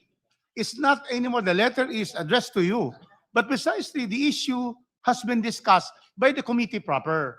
And so it therefore should be an order, not a singular letter from the chairman, so that it is clear that that is the position of the committee, that we're ordering that they appear and that we are saying in that order that all their allegations, all their statements here are erroneous, have no basis in the Constitution, in law, and in fact. Thank you, Madam Chair.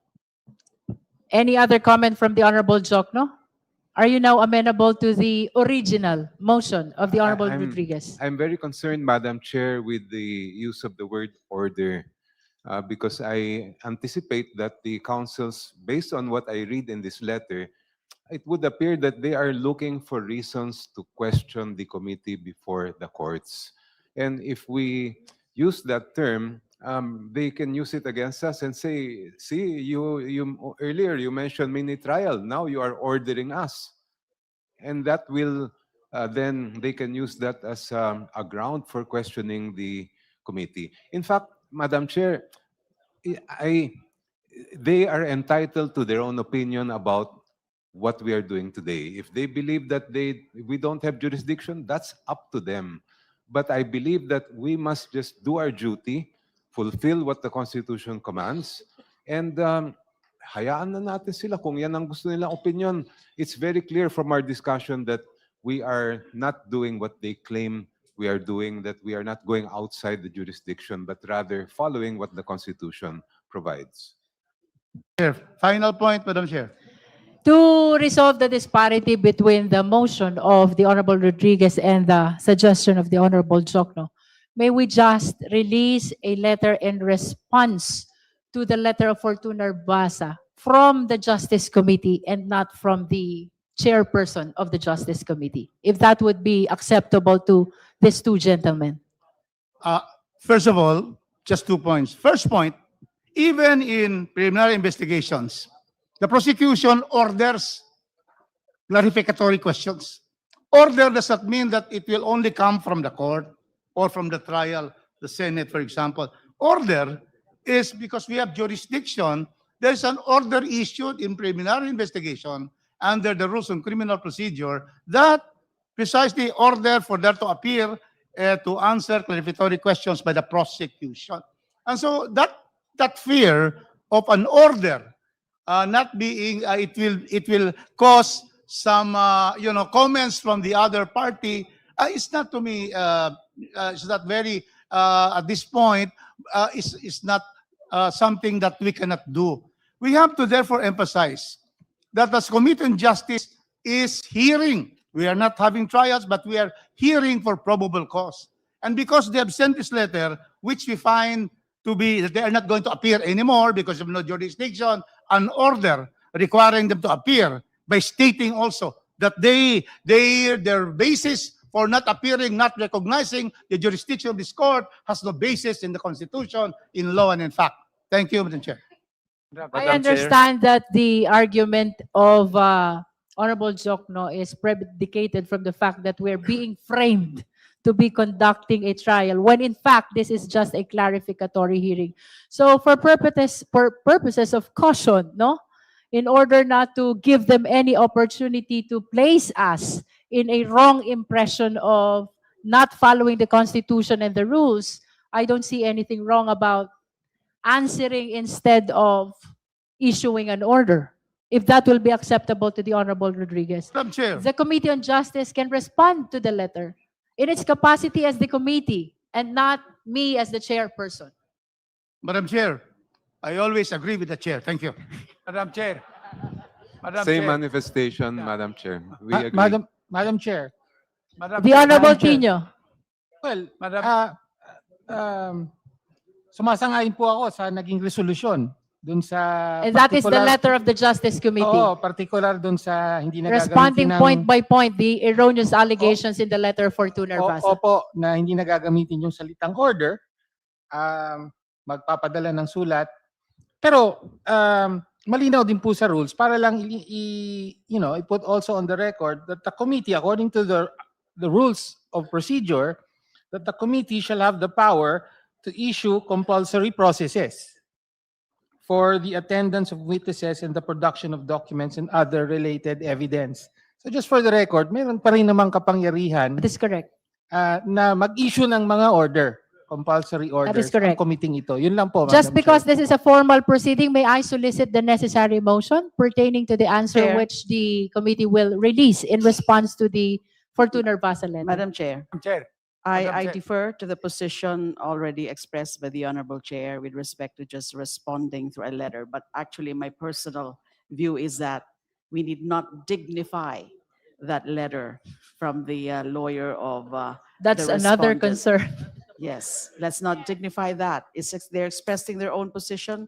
It's not yet, it has to do, we can ignore that because it's wrong. It's erroneous. The position raised there is erroneous. And until and unless they really formally raise the matter, they formally raise the issue before this committee, then we need not rule on it. We need not issue anything. But I defer again. I defer to the position of the Honorable Chair and agreeing with the proposal of the Honorable Chair Jokno that we can only respond through a letter containing our arguments, our counter arguments on the position expressed in that letter. But as I said, we can actually ignore that and let's not dignify that. Thank you. To finally resolve our proper action in relation to the letter of Fortuner Basa, may I hear the necessary motion on the letter which the Committee on Justice will issue? If you are not in favor to answering that letter, then perhaps you should not vote in favor of this motion. Because Honorable De Lima is now arguing that we should not dignify with an answer the letter containing erroneous allegations about the jurisdiction of the Justice Committee. Madam Chair. The Honorable Yeah, Madam Adjong. Chair, I was earlier, I was actually eager to second the motion of Congressman Rufus Rodriguez. But upon hearing the observation and the recommendation of Congresswoman De Lima, I think that would be much proper because earlier, Madam Chair, I was actually explaining to the committee that we should not give them any chance of maybe, attributing equal, we're on the same standing or the same footing because this hearing does not rely on the acknowledgement or recognition of the lawyers from the law firm. So I guess it would be proper, I think so, for my own humble opinion, that we should not, again, if I may also use the statements of Congressman De Lima, dignify, and instead exercise this committee's mandate because we also have the options to either making them order, as cited, pwede tayo mag-issue ng mga orders pala, as cited by Congressman Tino. So I think it would be much proper because we can still, maintain the integrity of this committee by simply not giving too much attention to their, to the position of this law firm. So For the I guidance- would suggest that we take consideration of the suggestion of Congresswoman De Lima not to dignify this letter. For the guidance of the justice members, our parliamentary status, there was a motion to issue an order. The same has been withdrawn by the proponent, the Honorable Rodriguez, by his conformity to the chairperson. Now there is a pending suggestion about issuing a letter from the committee to address the erroneous allegations in the letter of Fortune Narvasa. But we are hearing another opinion not to dignify with an answer the erroneous allegations in the letter of Fortune Narvasa. If there will be no motion, then it will be perceived and interpreted as no action will be taken to the answer of Fortune Narvasa letter. Therefore, the chair announces that the Madam Chair, committee will not take any action to the letter. Let it be, so long as we are following the Constitution and the rules of impeachment of the House of Representatives. So ruled. Now we proceed to the next matter. Is Madam it Chair. about the letter? Yes, It has been Madam- ruled about upon the Vice motion. Chair Dumogan. Thank you, Madam Chair. We have a lot of things to discuss for today's hearing. Well, with you have your already indulgence. You have already ruled, but I was about to suggest, because the most important is the tenor of our letter. This, we can say, this. We are not issuing a letter because nobody moved Yeah, to issue a letter. because there is some, despite your letter, we are inviting you to the next hearing. We can see it that way. Nevertheless, the lawyers and the parties are always invited, notwithstanding the letters of non-appearance, notwithstanding the letter that they are not recognizing our jurisdiction. My worry, Madam Chair, is if we do not also respond to that, in they are directly attacking us. It's not, to me, it's not good. Why can we not just say, despite your accusation, we are respectfully inviting you to the next proceedings. Madam Chair. Vice Chair Dumogan, we take note of your manifestation, but this issue has been ruled upon. Now we proceed to the next matter for our today's Madam hearing. Chair. That Madam is Chair. the action. Is it about the letter? Madam Chair, since Honorable Marcoleta, is it about the letter? Because the same has been ruled upon. ma'am, since the due process has been mentioned several times in today's hearing, I have something to say about it. Is it Due about the process. letter? Somehow somewhat related to the letter, but not confined to the letter. Let's not be confined to the. We're talking about due process, madam. All right, you are If I may be allowed, recognized. just For 2 the points. guidance of the members, our colleague is a non-member. Nonetheless, he is allowed to manifest. You may proceed. Thank you, madam. I respectfully rise for a brief manifestation for the record, Madam Chair. During the last hearing, I was advised by the Honorable Chair to peruse the rules because I raised the terminology sufficiency and grounds, which was mentioned, I think, 16 times by the Honorable Chair. And I have gone over the rules very diligently, and the rule provides that the committee shall determine whether the complaint alleges sufficient grounds for impeachment. Nowhere in the rules you can find sufficiency in ground. Ang aking pong opinion, Madam Chair, pag binago po natin o we alter the terminology, it will reap a different meaning or a different consequence. When we say we're just determining alleged sufficient grounds, we are just testing the allegations. Pag sinabi nating sufficiency in grounds, we seem to be weighing the evidence.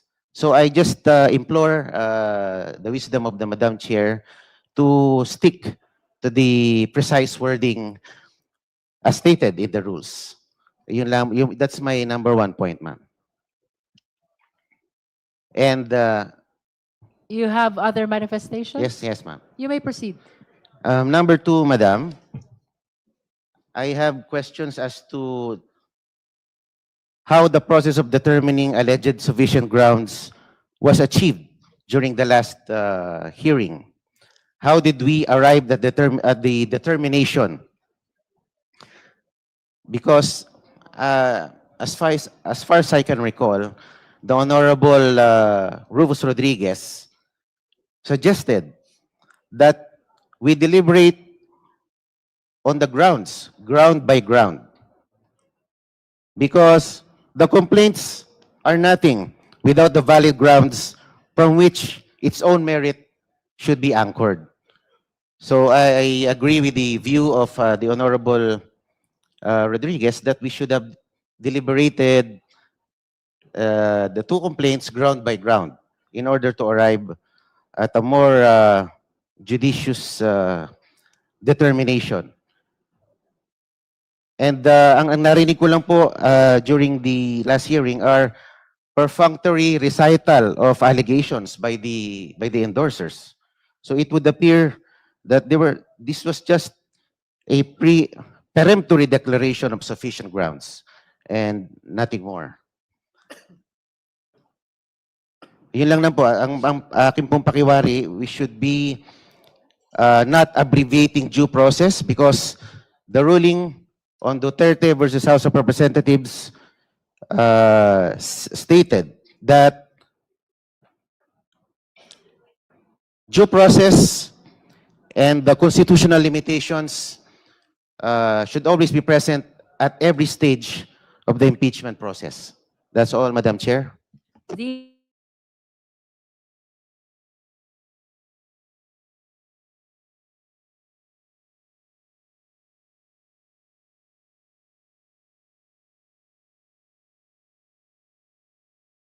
Marcoleta. Now we proceed. Thank you, Madam Chair. Madam Chair, the committee has received a letter dated March 5, 2026 on even date from Honorable Shell Jokno, where he moved that subpoena duces tecum be issued for the following. Number one, duly certified copies of all the records of the NBI's investigation into the threats made by Vice President Sara Duterte against President Ferdinand Bongbong Romualdez Marcos Jr., First Lady Luis Lisa Cacho Araneta Marcos, former Speaker of the House, Ferdinand Martin Gomez Romualdez Sr., and certified true copies of all documents and photographs gathered in the course of the above-mentioned investigation.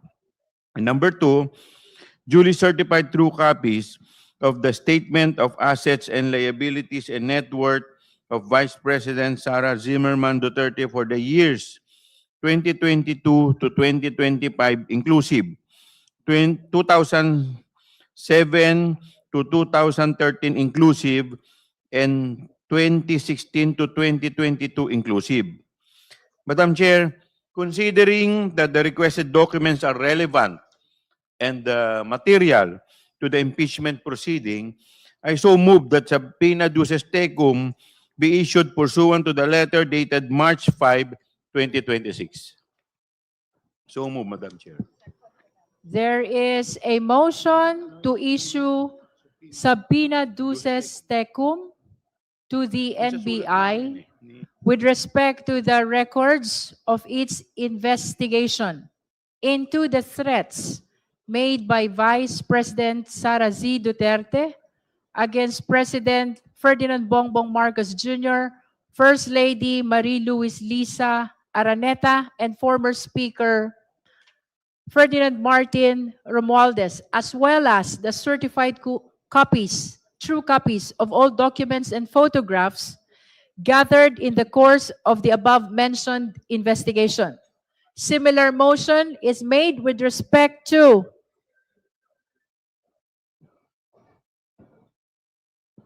the certified true copies of the Statement of Assets and Liabilities and Net Worth, that is SALN, of Vice President Sara Zimmerman Duterte for the year 2022 to 2025 inclusive, 2007 to 2013 inclusive, and 2016 to 2022 inclusive.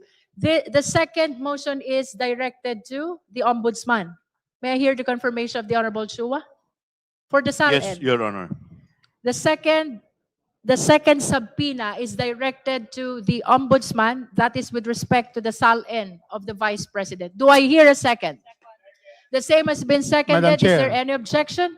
Madam Chair, The Honorable Rodriguez. we cannot Are you objecting? manifestation first before I would make my. We cannot have two motions being proposed at the same time. Practically, there should be two motions. The first motion are the NBI findings. The second is the SALN. We should go one by one, Madam Chair, because I am going to agree to vote yes to the first one. The second one, it is a fishing expedition. It is not. There are no ultimate facts on the SALN of the Vice President. So I will vote no. I will object to the second one. The first one goes, Madam Chair. May we should hear divide- from the... We should have two motions instead of only one. Two subject matters. Under our rules, in the rules of court, motions should only be on one subject matter. May we hear from our proponent? The Honorable Rodriguez is suggesting that there should be one motion per subpoena. Yes, I move that we vote Would you like on, to amend your yes, motion? I will amend my motion with respect to the. I move that we issue subpoena duces tecum to be issued for the duly certified copies of all the records of the NBI's investigation into the threat made by the Vice President Sara Duterte against President Ferdinand Bongbong Marcos, and certified true copies of all documents and photographs gathered in the course of the above-mentioned investigation. And so move, Madam Chair. There is a motion to issue a subpoena to the National Bureau of Investigation with respect to the records of investigation of threats made by the Vice President to the President, to First Lady, and to the former Speaker. Do I hear a second? The same has been seconded. Is there any objection? Hearing none, the motion is approved. The committee secretary is directed to issue the necessary subpoena. The Honorable Chua. Madam Chair, with respect to the second subpoena, I move that we issue subpoena duces tecum to the Office of the Ombudsman for the issuance of the duly certified true copies of the Statement of Assets and Liabilities and Net Worths of the Vice President Sara Zimmerman Duterte for the years 2022 to 2025 inclusive, 2007 to 2013 inclusive, and 2016 to 2022 inclusive. So move, Madam Chair. There is a motion for issuance of subpoena to the Ombudsman with respect to the SALN of the Vice President from 2022 to 2025, 2007 to 2013, 2016 to 2022. The same has been seconded. Is there any objection? Madam Chair. Is that an objection, I object. Honorable Rodriguez? I object. This is now a clear fishing expedition against the Vice President. Thank you. Considering that the motion has been objected to, we shall proceed to divide the House. Justice members, please be ready to vote. Those who are in favor of the motion for issuance of subpoena to the Ombudsman for the production of SALNs from 2022 to 2025, 2007 to 2013, and 2016 to 2022. Please raise your right hand.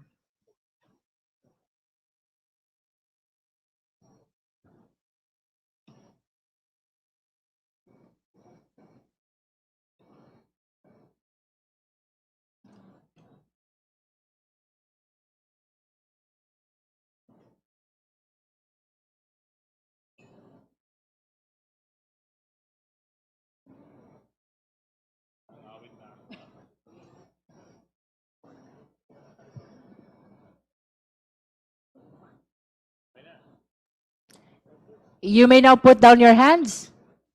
Those who are not in favor of the motion, please raise your right hand.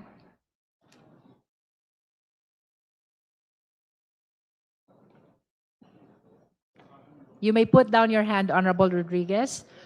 Those who abstain, please raise your right hand. That concludes the voting. Secretariat, the result, please.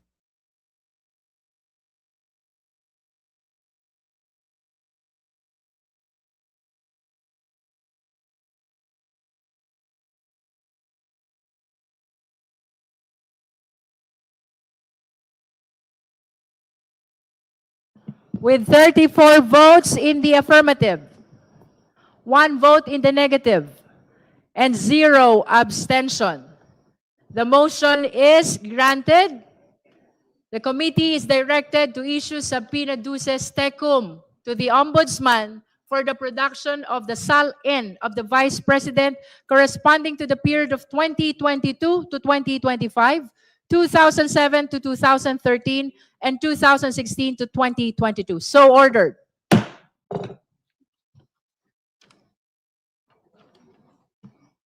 The committee is likewise in receipt of the manifestation from the Honorable Congresswoman Laila De Lima. May we hear from the Honorable De Lima. Thank you, Madam Chair.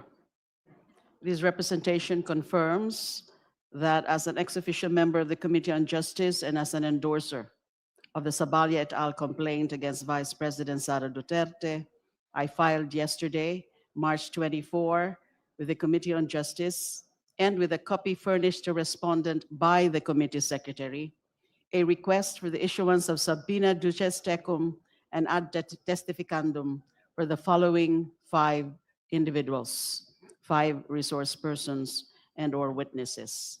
1, Attorney Gloria A. Camora of the Intelligence and Confidential Funds Audit Office of the Commission on Audit to produce, identify, and authenticate official COA audit records, including liquidation reports, disbursement vouchers, certifications, and related submissions of the Office of the Vice President and the Department of Education pertaining to the disposition of the confidential funds for the years 2022 and 2023. In my letter, Madam Chair, there's a long list actually of those copies of those documents, the original copies of which we are seeking to be produced via subpoena from Attorney Gloria Camora of the Intelligence and Confidential Funds Audit Office of the Commission on Audit. I so move, Madam Chair, to issue subpoena duces tecum and ad testificandum to the named individual or named employee or official of the Commission on Audit.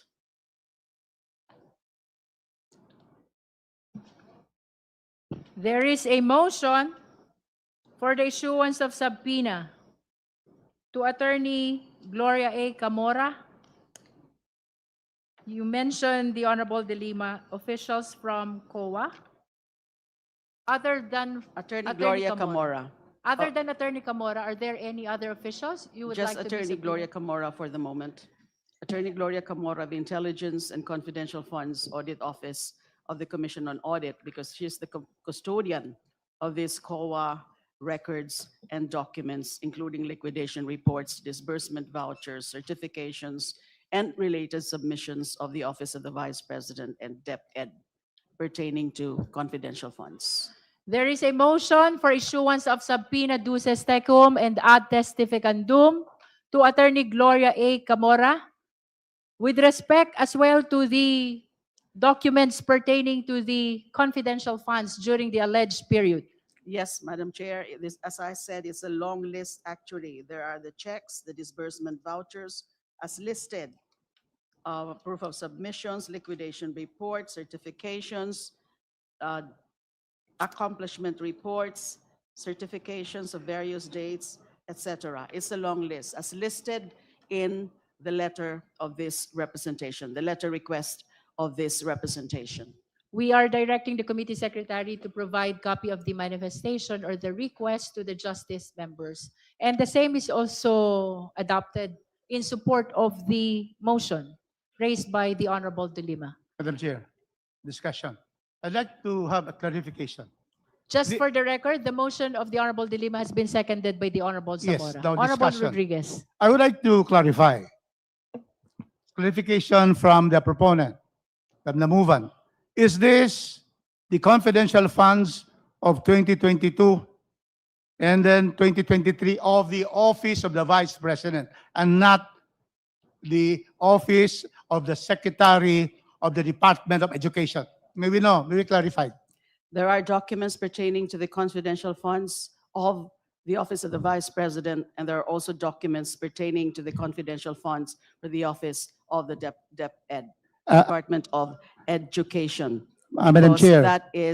those are grounds number 1 and 2 of the affidavit, of the complaint, the Saballa et al. Complaint. Madam Chair, when our distinguished Congresswoman De Lima, she mentioned of 22 and 23 years. In your first 23. motion, when you stated the motion, 22, 23. So that's why I'm getting clarification. Are you now including the DepEd confidential funds? There are Because your also motion is 22 and 23. 22, 2023.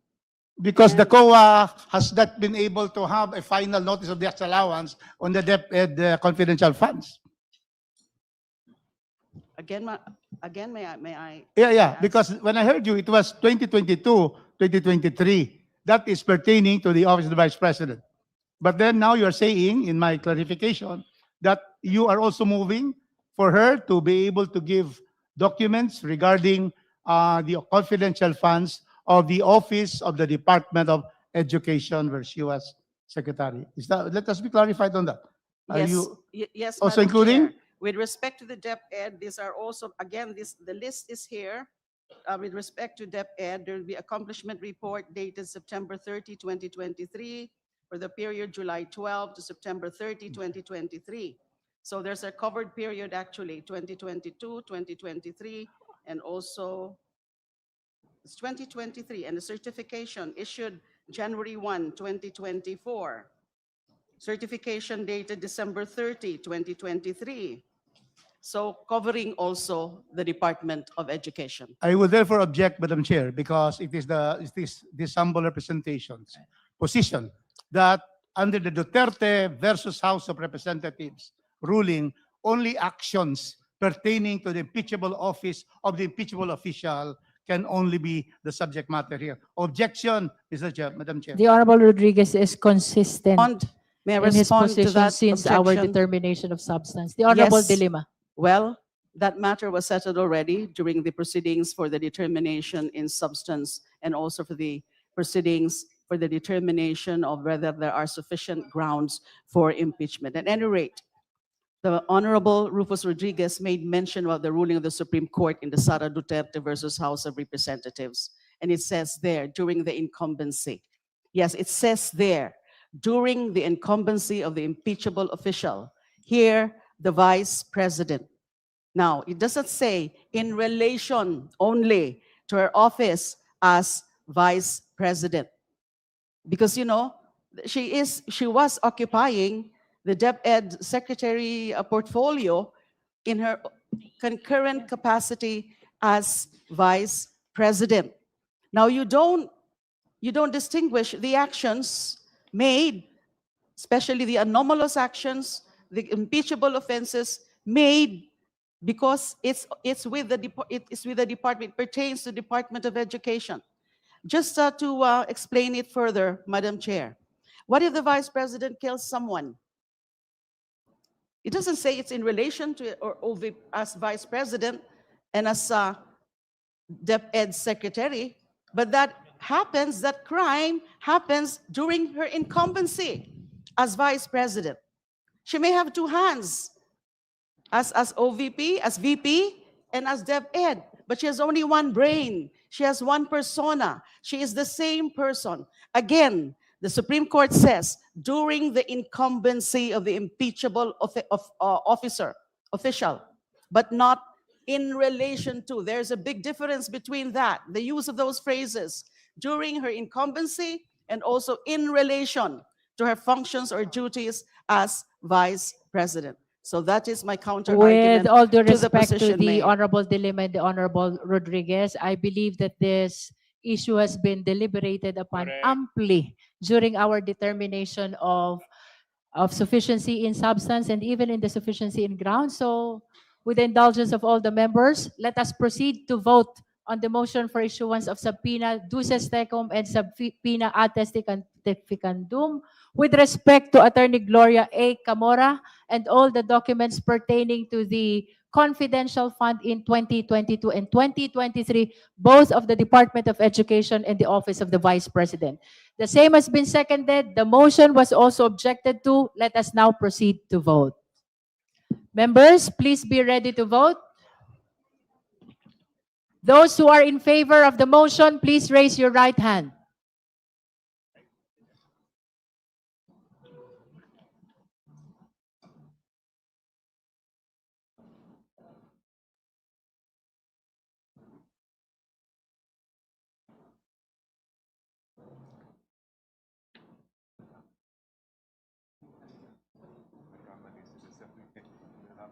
You may put down your hands. Those who are not in favor of the motion, please raise your right hand. You may put down your hand, Honorable Rodriguez. Those who abstain, please raise your right hand. That concludes the voting. Committee Secretariat, result please.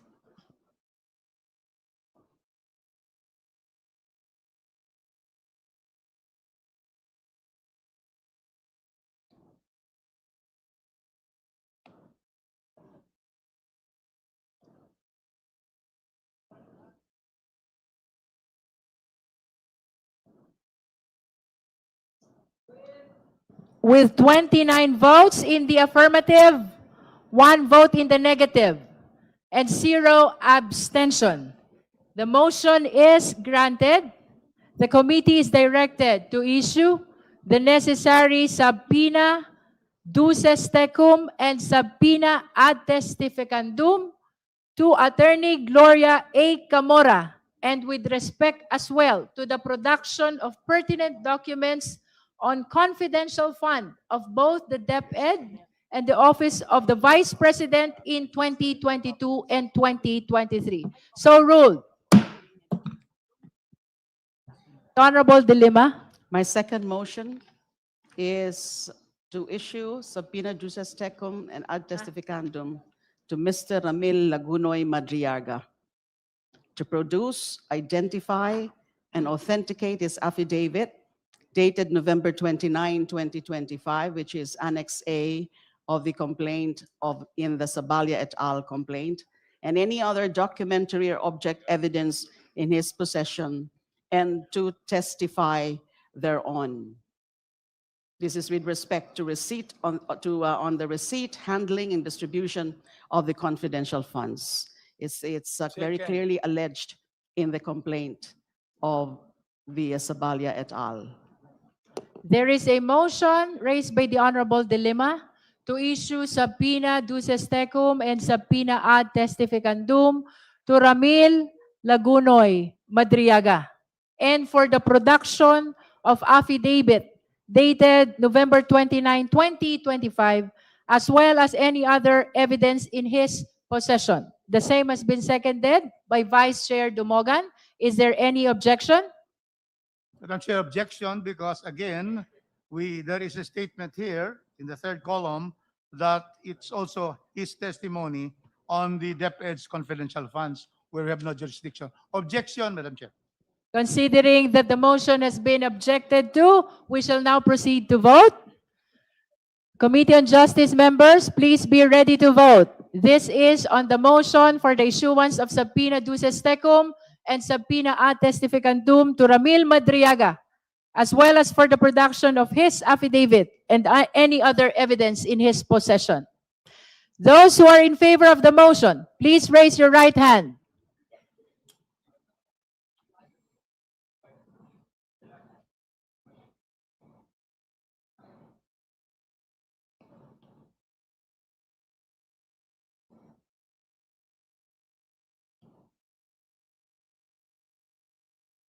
You may put down your hands. Those who are not in favor of the motion, please raise your right hand. Thank you, Honorable Rodriguez. Those who abstain, please raise your right hand. That concludes the voting. Committee Secretariat, result please.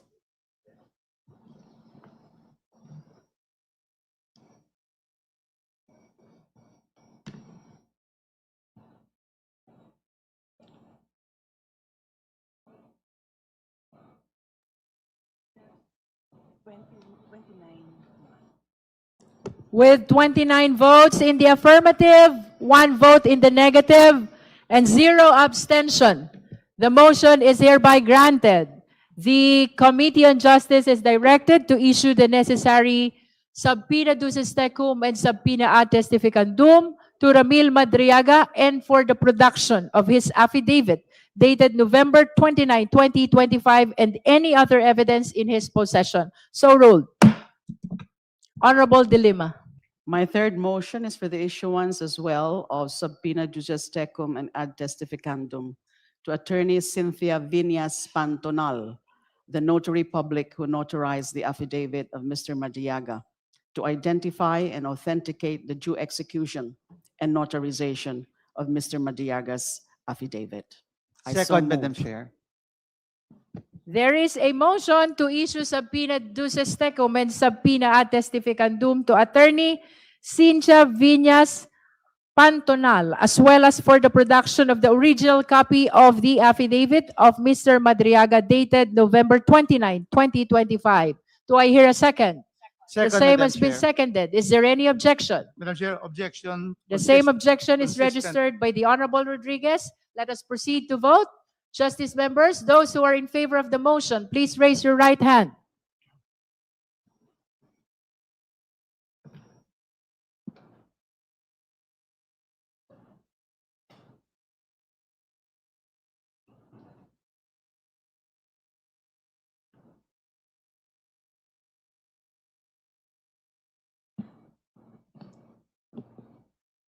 You may put down your hands. Those who are not in favor of the motion, please raise your right hand. You may put down your hand, Honorable Rodriguez. Those who abstain, please raise your right hand. That concludes the voting. Madam Chair, I just stepped out, but I'm voting in favor of the motion as The well. Honorable Jokno is registering his vote in favor of the motion. Result, please.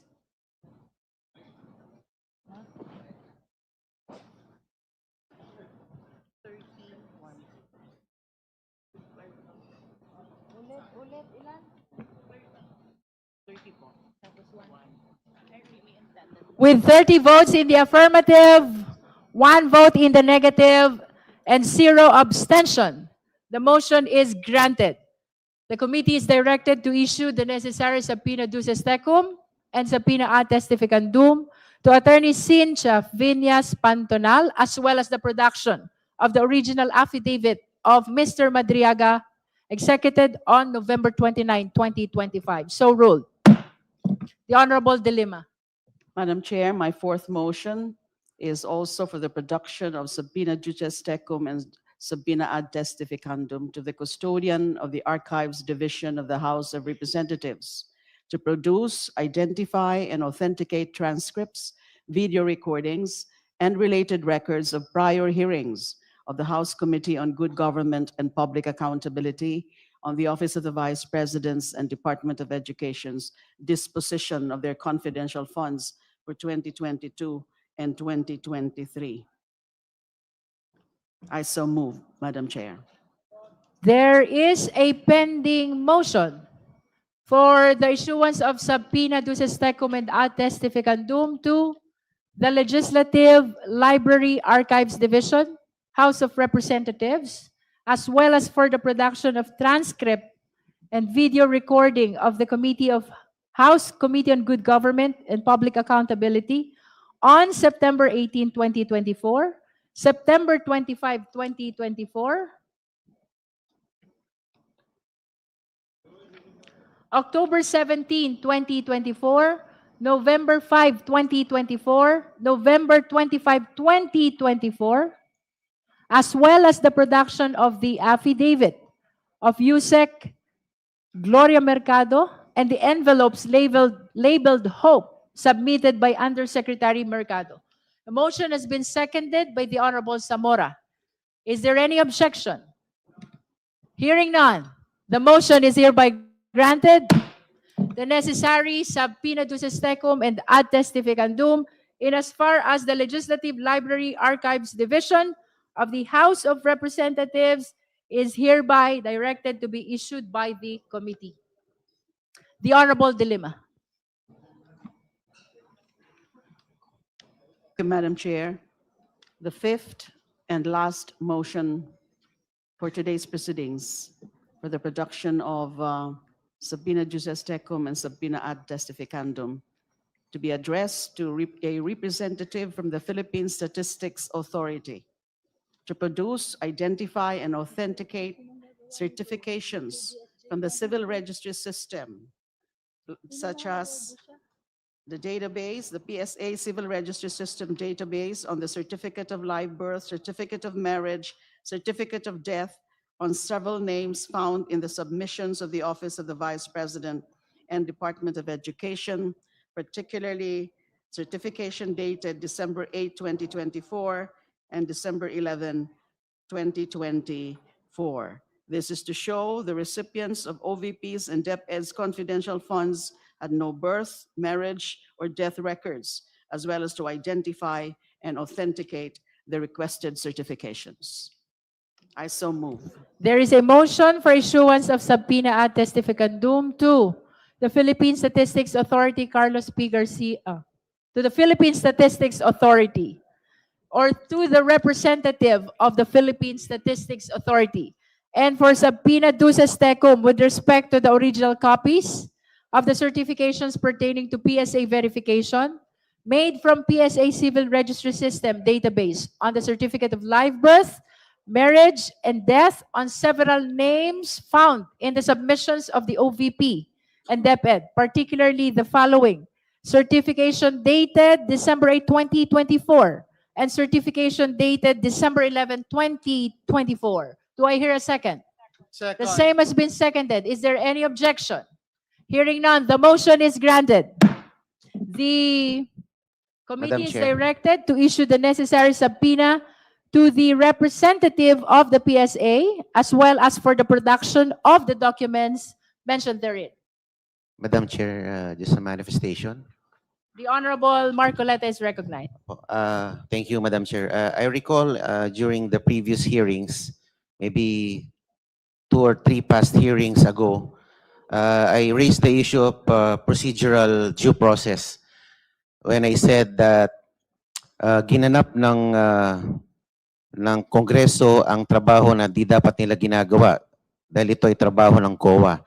And I was referring to the past hearings made by the Quadcom, or if I'm not mistaken, the Committee on Good Governance.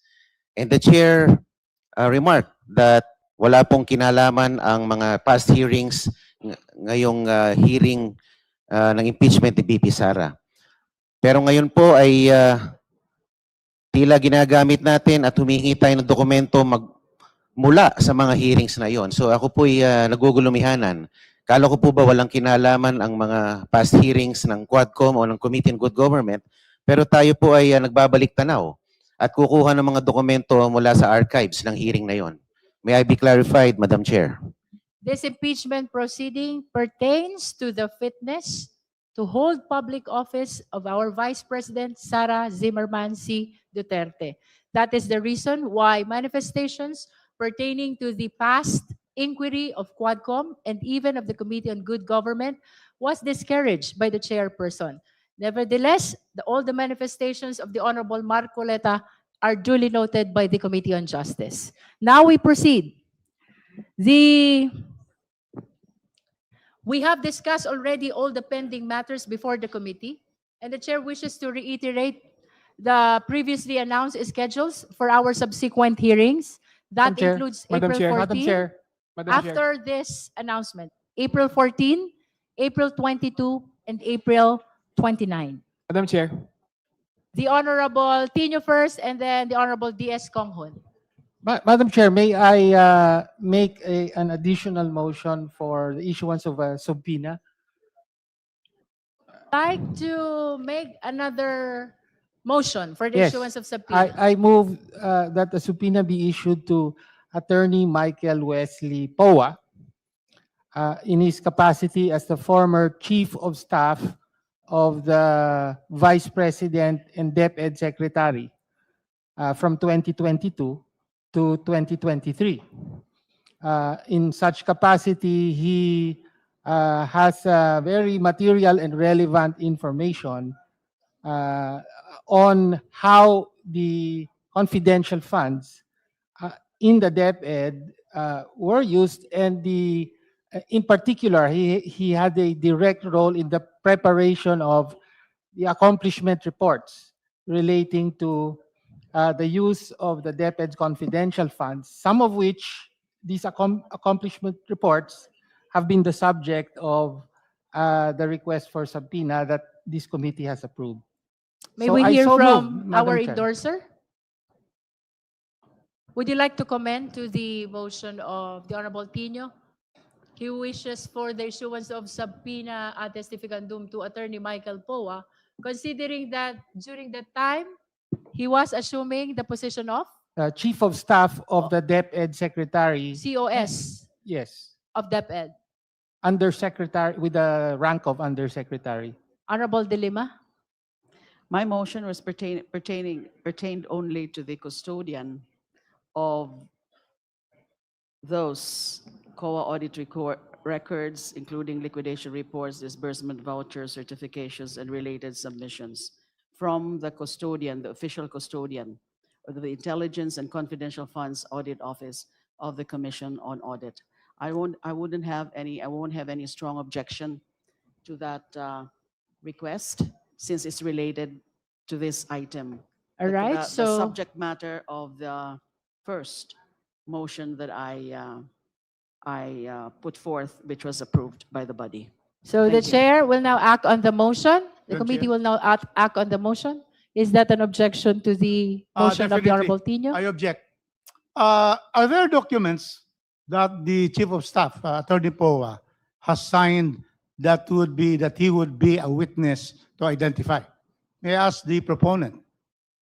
Before we entertain the objection of the Honorable Rodriguez, let me just formalize that there is a motion raised by the Honorable Tino to issue a subpoena ad testificandum to Attorney Michael Poa, considering that he was the Chief of Staff of the Office of the Department of Education during the alleged period of 2022 and 2023.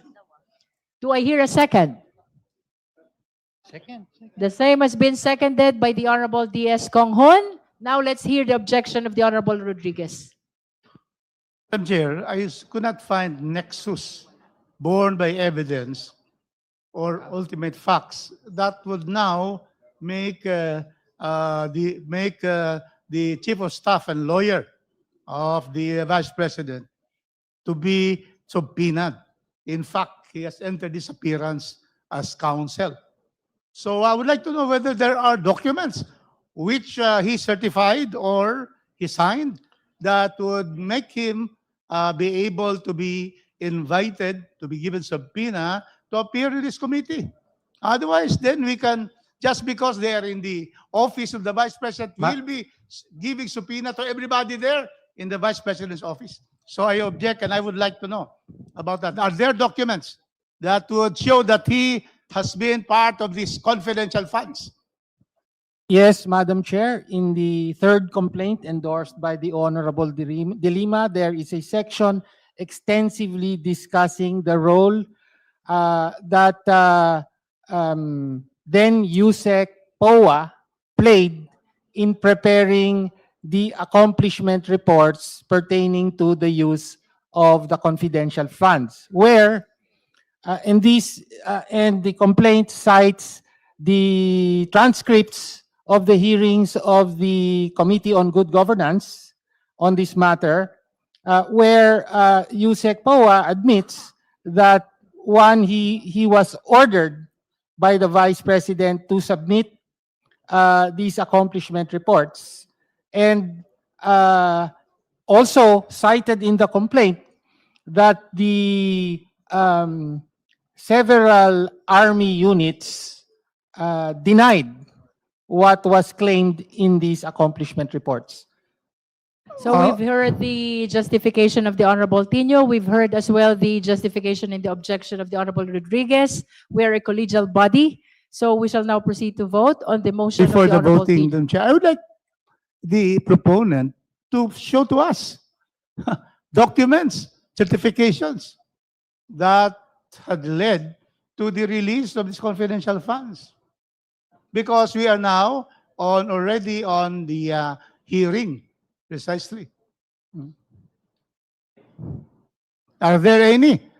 Because if there's none, there is no reason to call him and subpoena a lawyer. Madam The Chair, Honorable as I Tino. said, I cite the complaint itself, the third complaint. Allegations lang naman yun, walang documentary. Specifically, starting from The process of utilization of the alleged confidential fund is not confined to the documents. okay. There could be actions that contributed to the utilization of confidential fund, which might be covered by the testimony of the possible witnesses. Okay. Well, starting from paragraph 269 of the third complaint, page 90, there is a reference to former DepEd spokesperson. He was spokesperson as well as chief of staff, Michael Poa, testifying that he received envelopes directly from Vice President Sara herself. So this has to do with the allegation on bribery.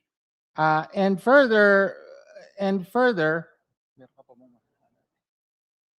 there are other sections as well pertaining to the use of the confidential funds, Madam Chair. If Congressman Rodriguez would want, we can provide, given enough time, Madam Chair. Madam Chair, we are now voting, so we should be able to get it. If there is. The fact that he's chief of staff and counsel will not, implicate him to be able to have that if there is no document.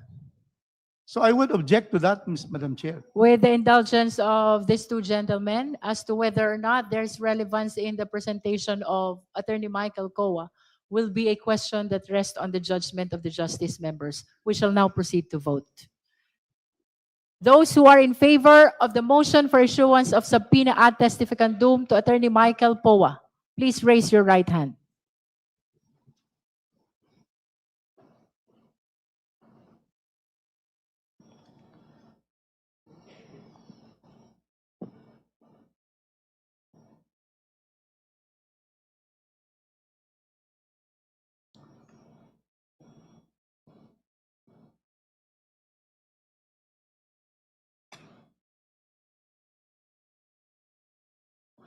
You may put down your hands. Those who are not in favor of the motion. Thank you, Honorable Rodriguez. 2, 3.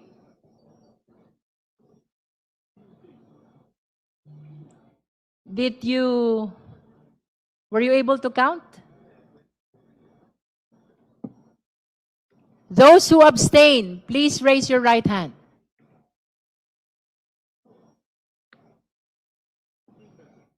That concludes the voting. We shall announce the result.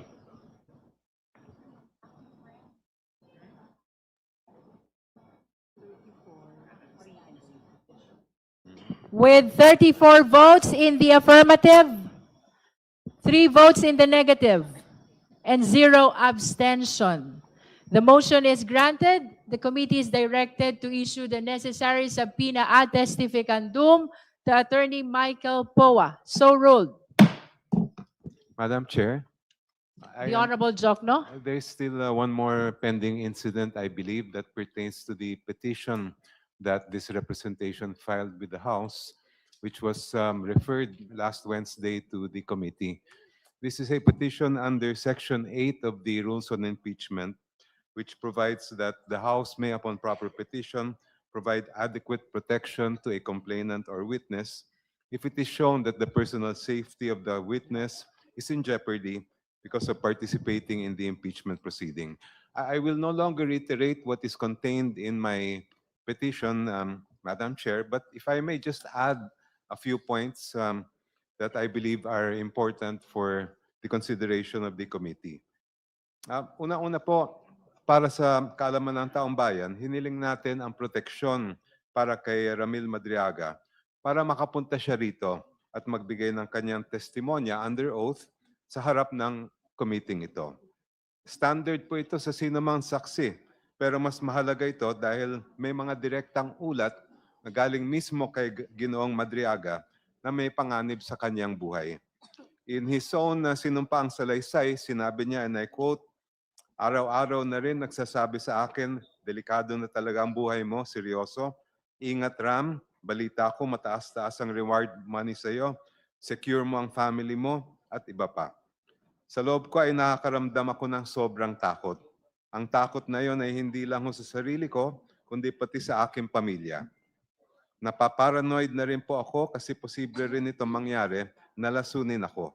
Halos hindi na ako mapakali, kuminsan at hindi ko maiwasan magduda na rin sa mga fellow PDLs at kahit po mismo sa mga jail officers dahil sa pagsiwalat ko ng issue kay VP Sara Duterte. Madam Chair, these threats have already escalated. According to his affidavit, on March 3, 2026, a detainee with a pending homicide case attempted to forcibly drag Mr. Madriaga into a confined bodega area within the jail. According to Mr. Madriaga, and I quote, "Ayon sa mga naririnig ko sa loob ng kulungan, ang bodegang ito ay sinasabing pinagawa ni dating Congressman Arnie Teves. Isa sa mga impormasyon na nakuha ko ay si Kong Arnie Teves ang gusto magpatumba sa akin," end quotation. Kinumpirma naman po ni DILG Secretary John Vic Remulla na binisita ni Vice Presidente si dating Congressman Teves sa kulungan noong October 19, 2025.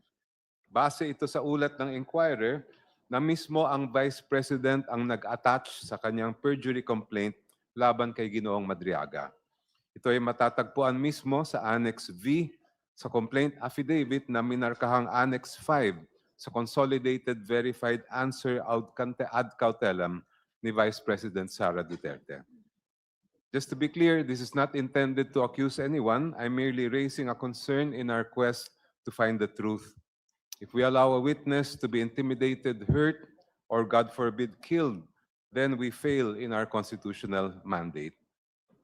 In terms of what kind of adequate protection I believe would be necessary, I believe that would entail three things, Madam Chair. Number one, that the security for the witness be beefed up, particularly by the National Bureau of Investigation. Second, that his attendance when he is required to appear here be done in a secure manner, that there is sufficient security for his transport here, and also while he is here to testify, that he be put in a secure place. Thank you, Madam Chair.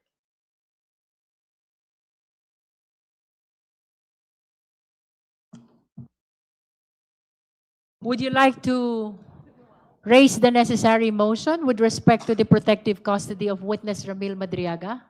Yes, Madam Chair. In line with Section 8 of the Rules of the House on Impeachment, I move that adequate protection be provided to Mr. Ramil Madriaga, consisting of three things. Number one, that the security where he is presently detained be beefed up, particularly by the National Bureau of Investigation. Number two, that his attendance, when required by the committee, be secured as well, so that his safety will be, so that his life will not be put in danger.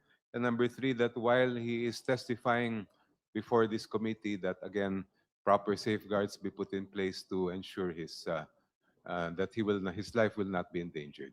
I so move, Madam Chair. So for Second. clarification, the Honorable Jokno, you are requesting, in line with protective custody, is to augment the current security with the NBI security. Yes, Madam Chair.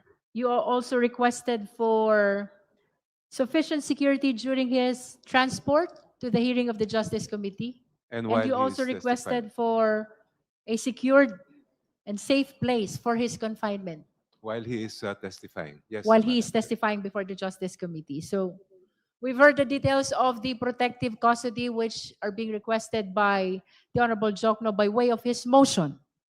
There is a motion to formalize the same. There's a motion for protective custody of witness Ramil Madriaga consisting of augmented security by the NBI, security during transport to hearings of the Justice Committee, and secured place of confinement during the hearing as well of this committee. Do I hear a second? I second the Madam Chair. motion. The same Madam has Chair. been seconded. Madam Chair. Point of May we know the pleasure of the Honorable Rodriguez? Are Madam you- Chair, I would like to know whether directly whether the motion would transfer custody of Mr. Badriaga to the House of Representatives premises. May we be clarified on that, the Honorable Jokno? I did not include that in my motion, Madam Chair.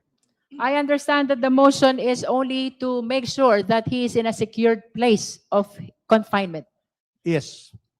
Madam Chair, it has already been stated that the Honorable Director of NBI has already assigned personnel to watch 24 hours. Mr. Madriaga in Camp Bagondiwa. In fact, the jail superintendent has already stated that Madriaga has been transferred to a solitary cell so that there'll be no other people there that will endanger his life. And so, Madam Chair, with the presumption, Madam Chair, of regularity of functions and that our witnesses will be fully protected, there's no need for this motion. Secondly, Madam Chair, Ramil Madriaga is a polluted source. He is facing kidnapping with murder charges. In 2021, one member of the anti-kidnapping gang was killed. The PNP member of the anti-kidnapping gang. And then they were arrested in 2022, 2023. That's why he is in jail. And now we're going to give credence to a Madam polluted Chair, affidavit. Point Madam of Chair, order. no, There is a Madam Chair. point of order, Let us clarify, Honorable we're trying to Rodriguez. protect somebody who's a polluted source. In fact, in Madam the Chair. cases of the Honorable Supreme Court, Rodriguez, there's a point of order. thank you, Madam Chair. Let's hear the point of Premature. order. The Honorable De Madam Lima is Chair, I recognized. submit that it's clearly premature for anyone to raise an issue of credibility on the part of the intended witness. He's not yet testifying. He will testify, and therefore, issues of credibility can be raised in the questioning, in the clarificatory questioning. Mr. Madriaga can be asked about those things during the hearing, the proper stage of the hearing, but not at this point. So it's out of order.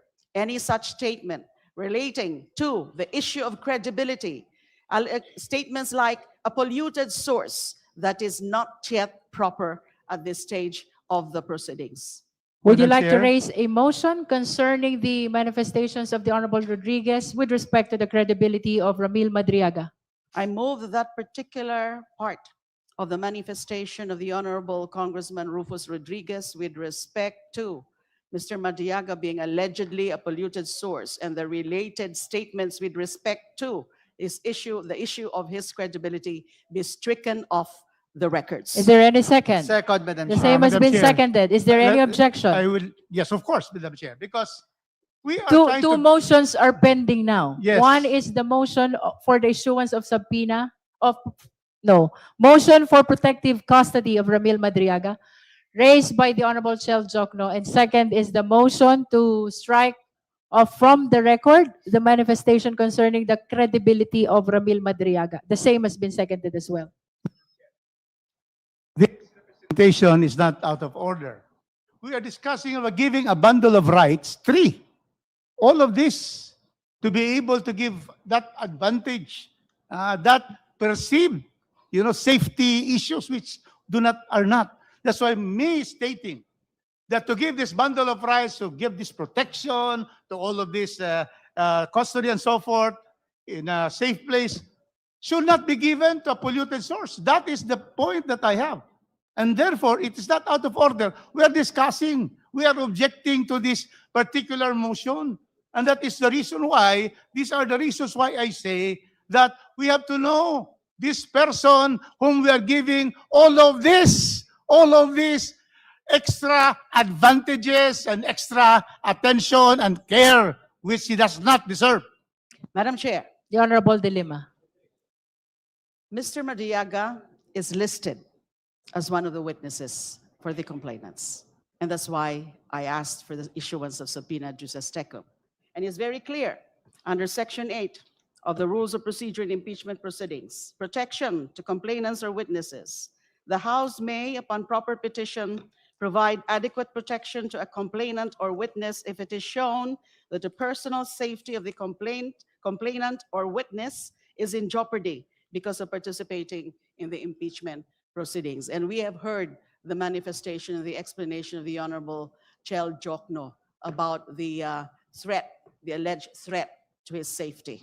And therefore, it is very much in order that we tackle the issue of grant of protection in the mode that was described and asked or sought for by Congressman Chel Jokno, and the motion has been duly seconded. Thank you. We've heard amply the argument of both the Honorable Rodriguez and the Honorable De Lima. For the guidance of the Justice members, our parliamentary status is there's a pending motion by Congressman Chel Jokno for protective custody of witness Ramil Madriaga. The same has been seconded. The same is objected to by the Honorable Rodriguez. There's likewise a pending motion by the Honorable Laila De Lima to strike out from the record the manifestation of the Honorable Rodriguez pertaining to the credibility of witness Ramil Madriaga. The same has been seconded as well, and the same was objected to as well by the Honorable Rodriguez. We shall now proceed to divide the House, starting with the first motion. That is the motion of the Honorable Chel Jokno. Again, for the guidance of the members, the motion is for the protective custody of Ramil Madriaga. Those who are in favor of the motion, please raise your right hand. May I just clarify? Yes, please. That my motion requests, I'm moving specifically for three things. Number Yes. one, that we make sure that there is additional security provided to Mr. Madriaga You said from the NBI. in his present place of detention by the NBI. Second, that both in the transport when he is required to come here to testify and while he is testifying, again, that adequate security be provided to him. All right. So those who are in favor of the motion for protective custody of witness Ramil Madriaga, please raise your right hand.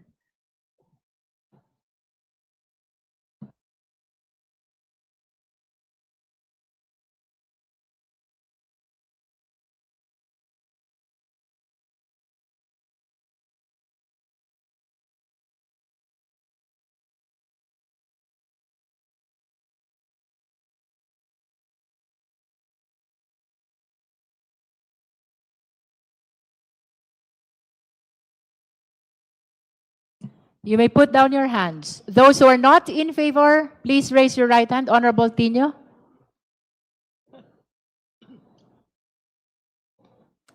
Thank you, Honorable Rodriguez. Those who abstain, please raise your right hand.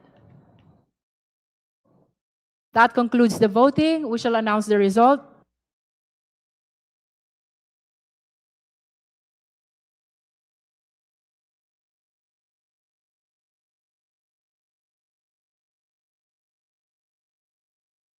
With 35 votes in the affirmative and 1 vote in the negative, with 0 abstention, the motion is granted.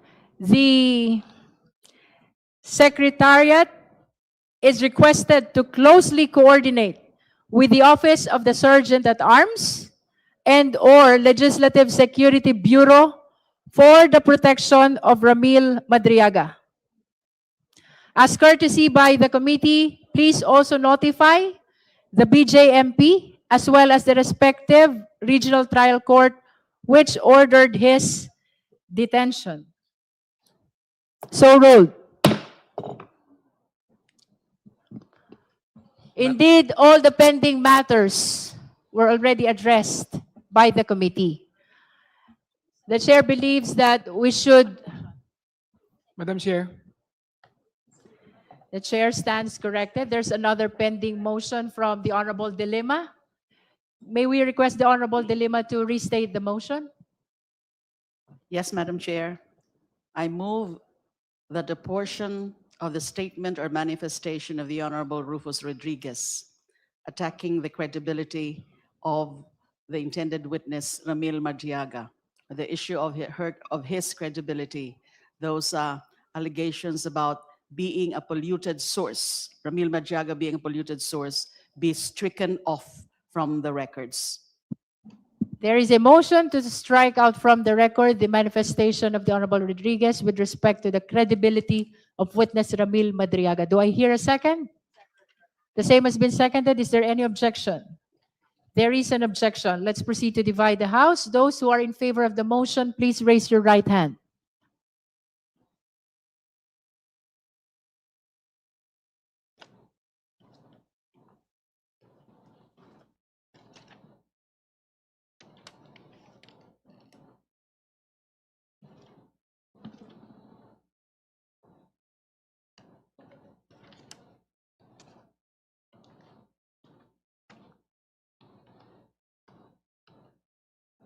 You may put down your hands. Those who are not in favor, please raise your right hand.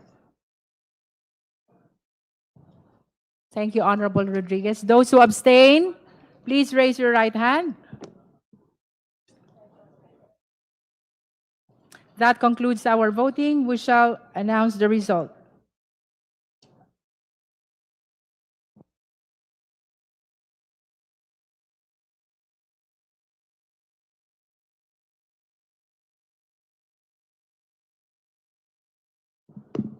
With 34 in the affirmative, 1 in the negative, and 0 abstention. The motion is granted. The committee secretariat is directed to strike out from the record all the manifestations of the Honorable Rodriguez pertaining to the credibility of witness Ramil Madriaga. So ruled. Madam Chair. We have concluded all the pending matters before the committee, and we shall now proceed to the determination of Madam Chair. the Honorable Ridon. I wanted to return again to the matter of SALN and unexplained wealth. I understand that Congressman Chua had already moved for the subpoena of the SALNs of the Vice President, and I will also be moving for the following documents and for the committee to issue subpoena duces tecum and ad testificandum on the following.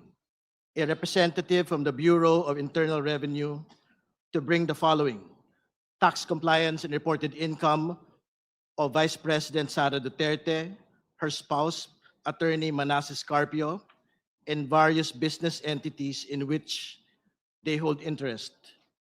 Original or certified true copies of the annual income tax returns and other relevant documents pertinent thereto, such as VAT payments of Vice President Sara Duterte, her spouse Manasseh Carpio, for the years 2007 to 2025, and the following entities for the periods specified: Metro City Chow Foods Corp., formerly City Hall King Chow Foods Corp., for the years 2007 onwards; Gen Corp Industries Inc., formerly Times Square B Foods Corp. And Great Jolly Times Food, for the years 2021 onwards; Carpio Lawyers, formerly Carpio Duterte, for the years 2007 onwards; 888 Bistro, for the years 2021 onwards; Kale 88 Foods Corp., for the years 2021 onwards; Madayo Fisheries Corp., for the years 2021 onwards; Mati City Ice Plant and Cold Storage Inc., for the years 2023 onwards; Amianan Shores Inc., for the years 2023 onwards; Geometry Security and Investigation Agency Inc., for the years 2023 onwards; and Cable Tow 88 Shipping and Marine Services Inc., for the years 2024 onwards. So moved, Madam Chair. There is a motion for the issuance of subpoena ad testificandum to the BIR representative and for subpoena duces tecum to the aforementioned documents by the Honorable Ridon. Do I hear a second? Any second to the motion of the Honorable Ridon? Second. The same has been seconded by the Honorable Dolima. Is there any objection? The Honorable Rodriguez is registering his objection. If you have no other manifestation, we shall proceed to vote. Those who are in favor of the motion, please raise your right hand.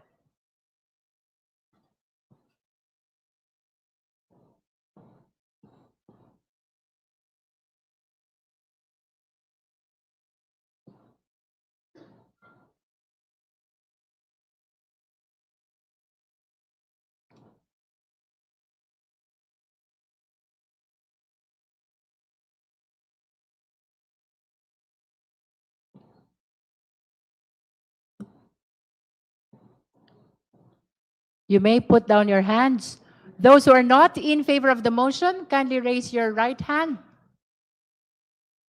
Thank you, Honorable Rodriguez. Those who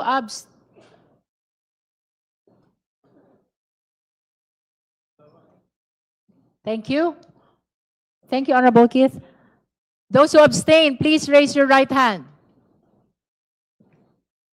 That concludes our voting. We shall announce the result of voting on this motion.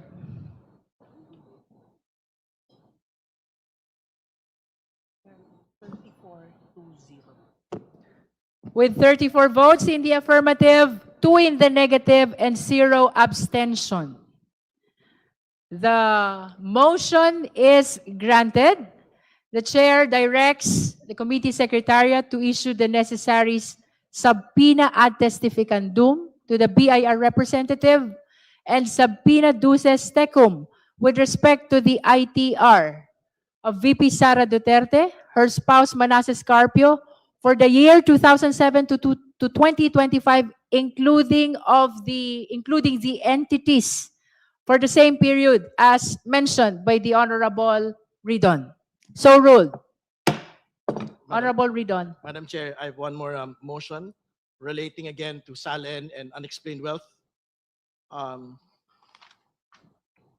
I move that a subpoena duces tecum and ad testificandum be issued to the following: a representative from the Securities and Exchange Commission, and to bring certified true copies of the general information sheet and audited financial statements of the following entities: Metro City Chow Foods Corp., formerly City Hall King Chow Foods Corp., for the years 2007 onwards; Gen Corp Industries Inc., formerly Times Square B Foods Corp. And Great Jolly Times Food, for the years 2021 onwards; Carpio Lawyers, formerly Carpio Duterte, for the years 2007 onwards; 888 Bistro, for the years 2021 onwards; Kale 88 Foods Corp., for the years 2021 onwards; Madayo Fisheries Corp., for the years 2021 onwards; Mati City Ice Plant and Cold Storage Inc.,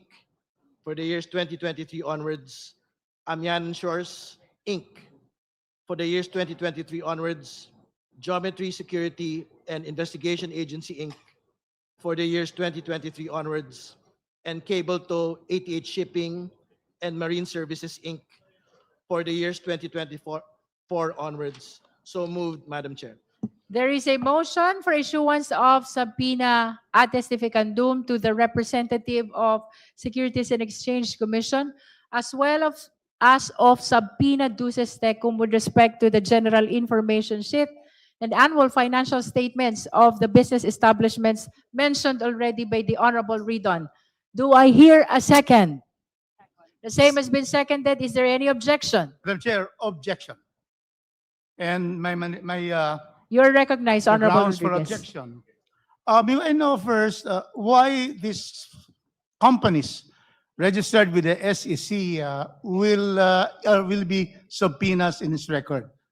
Is there a nexus between this to the allegations in the complaint, third and fourth complaint? May we know the relevance of these corporations to the present impeachment case against the Vice President? The proponent first, Honorable Ridon, followed by the Honorable Keith Flores. Mahalaga po yung pagpapaliwanag mula sa una, sa mga kinita po ng mag-asawang Duterte Carpio from their own personal income, which will be reflected from the annual income tax returns. Pangalawa, mula din po doon sa mga corporate documents kung saan po sila kasali. Sapagkat doon po natin makikita kung yung pong mga other lawful income para maipakita na ang lahat po ng kanyang kinita over the course of 17 years from 2007 ay mga lehitimo pong kita mula sa sahod at mula po sa kinita mula sa propesyon at mula po sa mga negosyo. So, meron pong clear relevancy.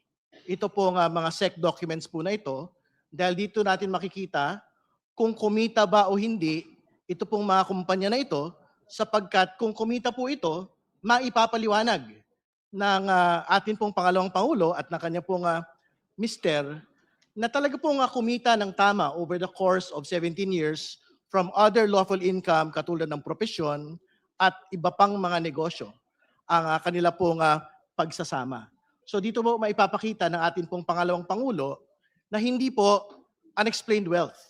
Ito po nga kanyang pagkakaroon ng 88 million na net worth in 2024 kumpara po sa kanya pong kinita na cumulatively sahod from 2007 to 2024 na more or less mga 30 million to 40 million pesos lamang po, Madam Chair. The Honorable Flores. Thank you, Madam Chair. Madam Chair, I'm joining the objection of Congressman Rufus Rodriguez only on the following grounds, Madam Chair, that the request being made by Congressman Ridon covers periods when the respondent was not yet the Vice President, Madam Chair. I'm going back to the decision of the Supreme Court when it said that we can only file impeachment complaints against an impeachable officer for things done during the incumbency or while she is holding the impeachable office. So by requesting documents or data or figures that would include the time when she was just Vice President or Vice Mayor, I think, in 2007, or holding other positions that are not yet or maybe considered impeachable, that's where my objection is, Madam Chair. Honorable Ridon, would you like to comment to that? Tama naman po yun. Pero what we would want to be able to see is a complete financial picture of the Vice President from the time that she commenced the public office in 2007 as a Vice Mayor up until today. That would be a proper objection with due respect if we had ended our request previous to 2022. But to be clear, I think a big chunk of all of these businesses' requests will most definitely cover up until today, Madam Chair. And more particularly, there are specific firms here which basically cover the term of the Vice President already. Geometry Security, Amianan Shores, Cable Tow are some examples. But to be clear, all of these are firms that had been listed in the 2024 SALN, which is why I think the nexus between the documents of the SALN and the corporate records is established as we speak, Madam Chair. Would you Madam like to Chair. make additional manifestation? May I secure from Congressman Ridon a statement of ultimate facts in the third and fourth complaint, which mentions these corporations? Are there any? None. There is none. None. Second, are there annexes that would show in the third and fourth complaint that would, mention and that would pertain to why you're going to ask for subpoena ducis tecum to the SSC and for the records there? Are there annexes in the complaint?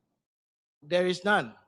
Madam Chair, clearly this will be the biggest fishing fleet expedition that we are doing. Because it was, we only deal with ultimate facts. In fact, we are trying here to determine whether there is violation of the 6 grounds of the Constitution as stated in the 2 complaints.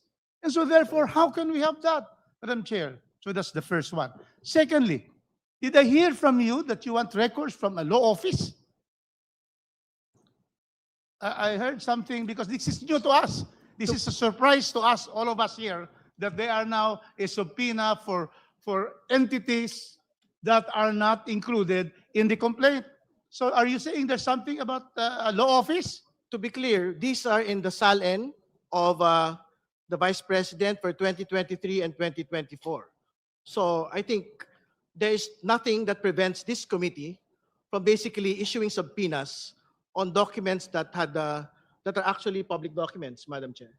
No, I'm asking specifically. There was a statement. You're asking for subpoena for a law office. Yes, because our assumption is that this is an incorporated law office because it was stated as one of the business interests of the Vice President in her SALN. Aware of the privilege communication between lawyers and client? This will exactly violate that provision of privilege. You cannot subpoena law firms for representing a person either accused or in impeachment cases. How can we subpoena a law firm for acting as a lawyer for the Vice President? Can you give us a reason why we should subpoena law firms under the rules of court and under the Code of Professional Responsibility? We cannot subpoena records of a law firm. Sure, court records or communications between clients and the lawyers are absolutely privileged communications.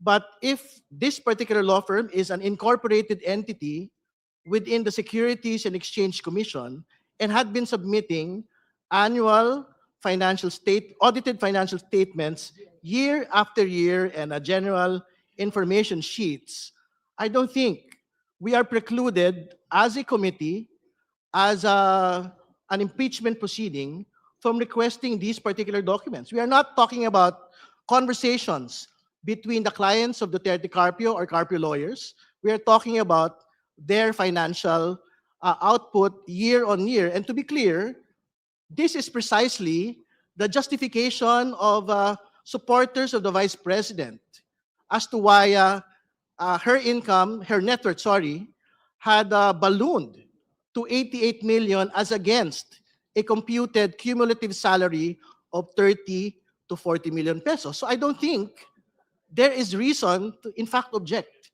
to getting all of these financial documents, whether from a corporation or whether from a law firm that is supposedly registered in the Securities and Exchange Commission. Madam Chair, May I call the Honorable Jokno first? perhaps it would be more prudent if we could have the motion of Representative Ridon in writing so that we can consider all the angles and the aspects to that request. I think that we would need to tread carefully when it comes to these matters, especially given the points raised by Representative Rodriguez. Motion, hearing suspended.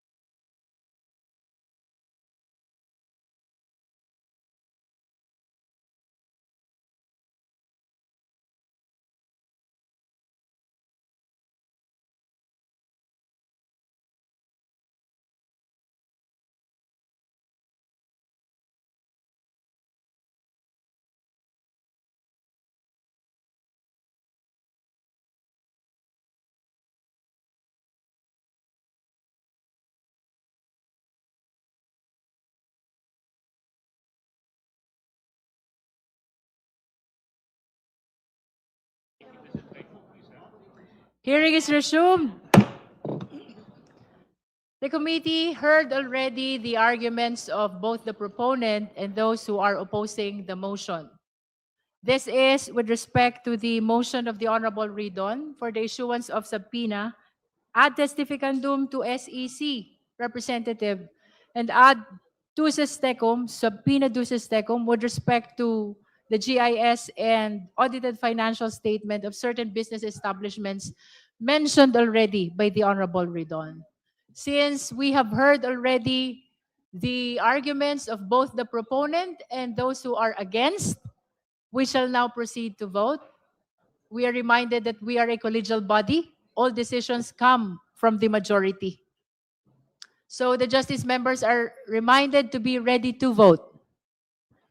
Again, the motion is to issue subpoena ad testificandum to SEC representative and subpoena duces tecum with respect to the certified true copies of GIS and AFS of the business establishments mentioned already by the Honorable Ridon.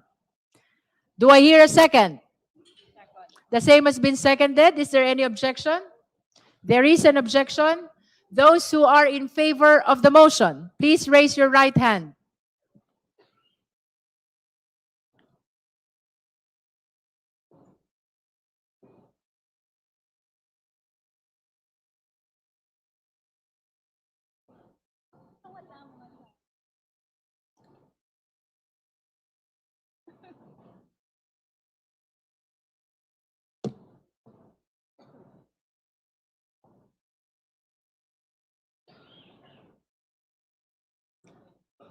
You may put down your hands. Those who are not in favor of the motion, please raise your right hand.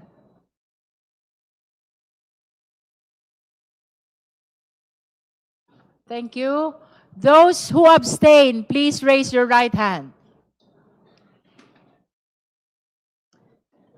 That concludes our voting. We shall announce the result.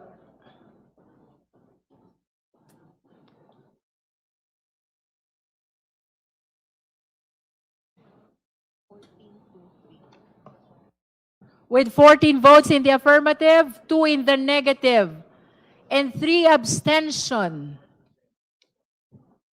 The motion is hereby declared granted. The committee secretariat is directed to issue the necessary subpoena ad testificandum to the representative of SEC and subpoena duces tecum for the production of GIS and AFS of the business establishments mentioned in the motion of the Honorable Ridon. So ruled.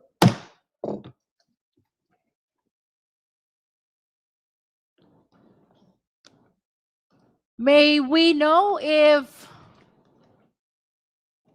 there is a representative of the respondent, Vice President Sara Zimmerman Duterte, to inform the committee about the necessity of issuing the compulsory processes with respect to the witnesses she wishes to present and the documents she wishes to present as well to the committee. The chair wishes to state for the record that despite the non-attendance or non-appearance of the Vice President and her counsel in today's hearing, they are welcome to participate at any stage of our proceeding. That is in pursuit of due process which we accord to the respondent in this impeachment proceeding. Having said so, are there any other matters? Madam Chair. Madam Chair. Madam Chair. The Honorable D.S. Konghun first before the Honorable Marcoleta. Thank you. Madam Chair, for the purpose of our next hearing on April 14, 2026, the committee should consider adopting the sequence of the grounds for the third impeachment complaint and receive the evidence for both impeachment complaints jointly, considering that they may have in common evidence. I propose that for our hearing on April 14, the committee should determine the probable cause for the following grounds for impeachment. Number 1, the Sabala complaint, the Vice President committed culpable violation of the Constitution and betrayal of public trust malversation, graft, corruption, and other high crimes. The Cabrera complaint. The Vice President committed betrayal of public trust, graft, and corruption. Number 2, for the Sabala complaint, the Vice President committed culpable violation of the Constitution and betrayed the public trust by committing malversation, grafts, corruption, and other high crimes. The Cabrera complaint, VP Duterte committed graft and corruption, bribery, procurement irregularities, and command responsibility. Number 3, that VP Duterte committed capable violations of the Constitution and betrayed the public trust by corrupting and bribing officials of the Department of Education. And for the Cabrera complaint, that the Vice President committed bribery, procurement irregularities related to corruption in the Department of Education. Madam Chair.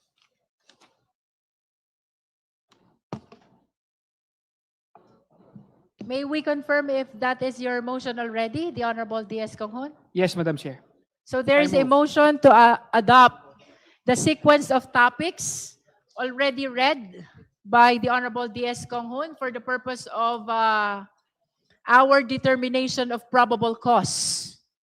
Madam Chair, The Honorable De Lima. it was not quite clear to me which specific grounds indeed are to be first tackled for the April 14 hearing.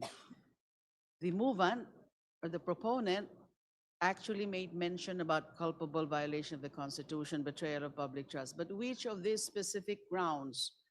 The first ground, I'm talking about the Cabrera, the Sabalia et al. Complaint. The first ground is about the anomalous disbursement of confidential funds for the OVP. The second is anomalous disbursements of confidential funds for the DepEd. And the third ground is bribery and other graft and corruption. And those three grounds are actually covered by the 5 motions for subpoena that I put forward and already approved. So those witnesses, those resource persons, subject of the subpoena, will be tackling these first 3. Anomalous disbursement of confidential funds, OVP, anomalous disbursements of confidential funds, DepEd, and the bribery and other graft. So it was not clear to me the manifestation earlier of the proponent. Is he also referring to these grounds? The Honorable De Lima is asking if the proposed sequence of topics pertains to 1 confidential fund of DepEd, 2 confidential fund of OVP, and 3 bribery in DepEd. First OVP, then DepEd, then bribery. Yes, Madam Chair. The Honorable D.S. Conghon confirmed to that, Honorable De Lima. Thank you for the confirmation, because that is also the intended sequence insofar as the complainants are concerned in the Sabalia et al. Complaint. Thank you, Madam Chair. So can Madam we rule Chair? on the motion? The Honorable Rodriguez. Yes, Madam Chair, I'd like to be clarified. In the third complaint, there are 6 grounds where we have found, the committee has found the form, substance, and grounds sufficient. Also, the 5 grounds in the fourth complaint. How do we hear this? 6 grounds, third complaint, and 5 grounds of the fourth complaint. Are we going to go one by one for the third and then the fourth? We're going to mix, because ground number 1 is ground number 1 also of the fourth complaint. Ground number 4 of the fourth complaint is ground number 2 in the complaint. So are we going to mix them if they have the same subject matter, or we will go, because I'm not clarified on this, or we will go by grounds per complaint, Madam Chair? How do we go about this? The way the chair understands with the proponent of the sequence of topics is that the allegations that pertains to the confidential fund of OVP, then DepEd, then bribery with in the DepEd are taken together, allegation by allegation, the third impeachment complaint and the fourth impeachment complaint, so that we can receive jointly the evidence which will be submitted by the parties in relation to these 3 topics. Confidential fund of OVP, confidential fund of DepEd, and then bribery in the DepEd. Yes, joint. After that, Madam Chair, what will be the next to be heard so that we will know how we will go along with this hearing? So I understand 3, that's fine, because confidential funds is number 1 in the third complaint and number 1 in the second complaint or the fourth complaint. The second one, OBP, that is precisely ground number 2 and 3 of the third complaint, which are also part of the fourth complaint. And then, of course, the third one is the bribery. That is also the third and fourth complaint, and also the fourth and fifth complaint of the fourth. So how about the others? How are we going to go for the others? Or we go there once we finish the first 3? May we hear from the endorser Yeah. how they want it to be presented for Thank the you, purpose Madam of Chair. determination of probable cause? For the moment, for today, we are only manifesting what we intend to present or tackle or discuss, or for the April 14 hearing. Those 3 grounds, those first 3 grounds under the third Sabalia et al. Complaint. And from there, we should be able to determine now and manifest for the record what should be the next ground to be tackled, if still necessary to tackle any of those other grounds. Thank you.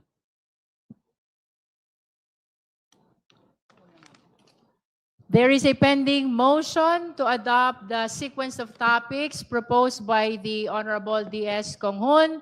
Do I hear a second? The same has been seconded. Is there any objection? Hearing none, the motion is granted. The sequence of topics as proposed by the Honorable D.S. Konghun is hereby adopted. The Honorable Marcoleta. Thank you, Madam Chair. Madam Chair, if you may I make a manifestation as regards to my observation on how the rules You may proceed. on how the rules were applied between the Marcos and the Duterte complaints. There Chair. appears to be Madam inconsistency Chair. in The Honorable De Lima. application Point of rules. order. We of course respect There's the a right. point of order, Honorable Marcoleta. We have to hear it first. The Honorable De Lima. We of course respect the right of even a non-member to make any manifestation, some manifestations that are relevant to the issues at hand. Now, those matters have been tackled already, exhaustively discussed in the course of the proceedings for the determination in substance, sufficiency in substance, as well as the determination of sufficient grounds. That issue has been resurrected a few times already. And even the Honorable Chair has actually refuted that point, that there is no different treatment. And if there's any different treatment, it's because it's mandated or it's called for, necessitated by the specific facts of these cases.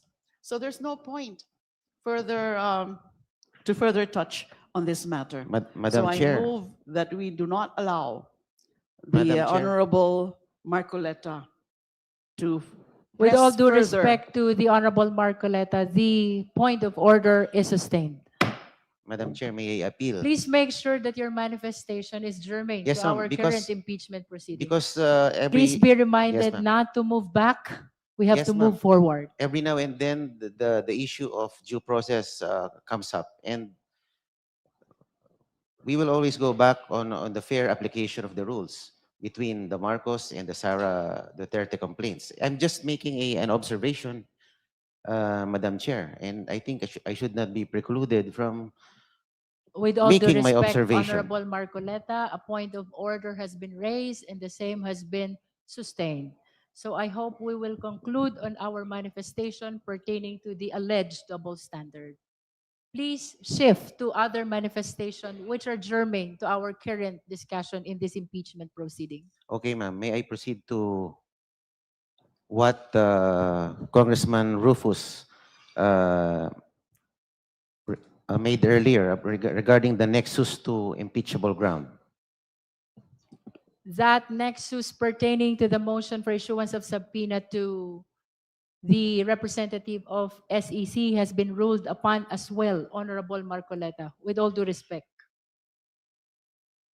Okay, so I am precluded from making any manifestations as a member of the House? Is It that is it, Madam Chair? precisely because the manifestations which are being raised are issues which have been ruled upon by the committee already. Yes, ma'am, but due process prevails at any stage of the impeachment process. So wala naman po sigurong masama sa But please manifestation. confine your manifestations to the current subject matter of our impeachment proceeding. Please do not go back. The majority of the Justice Committee ruled already on the issue that you are raising. Let us respect the decision of the majority. Yes, ma'am. Just a comparo between the two complaints sana, if I may be allowed. That is going back again to the issue of double standard. With all due respect, Honorable Marcoleta. I defer to the authority of the chair. Thank you. Thank you. Thank you.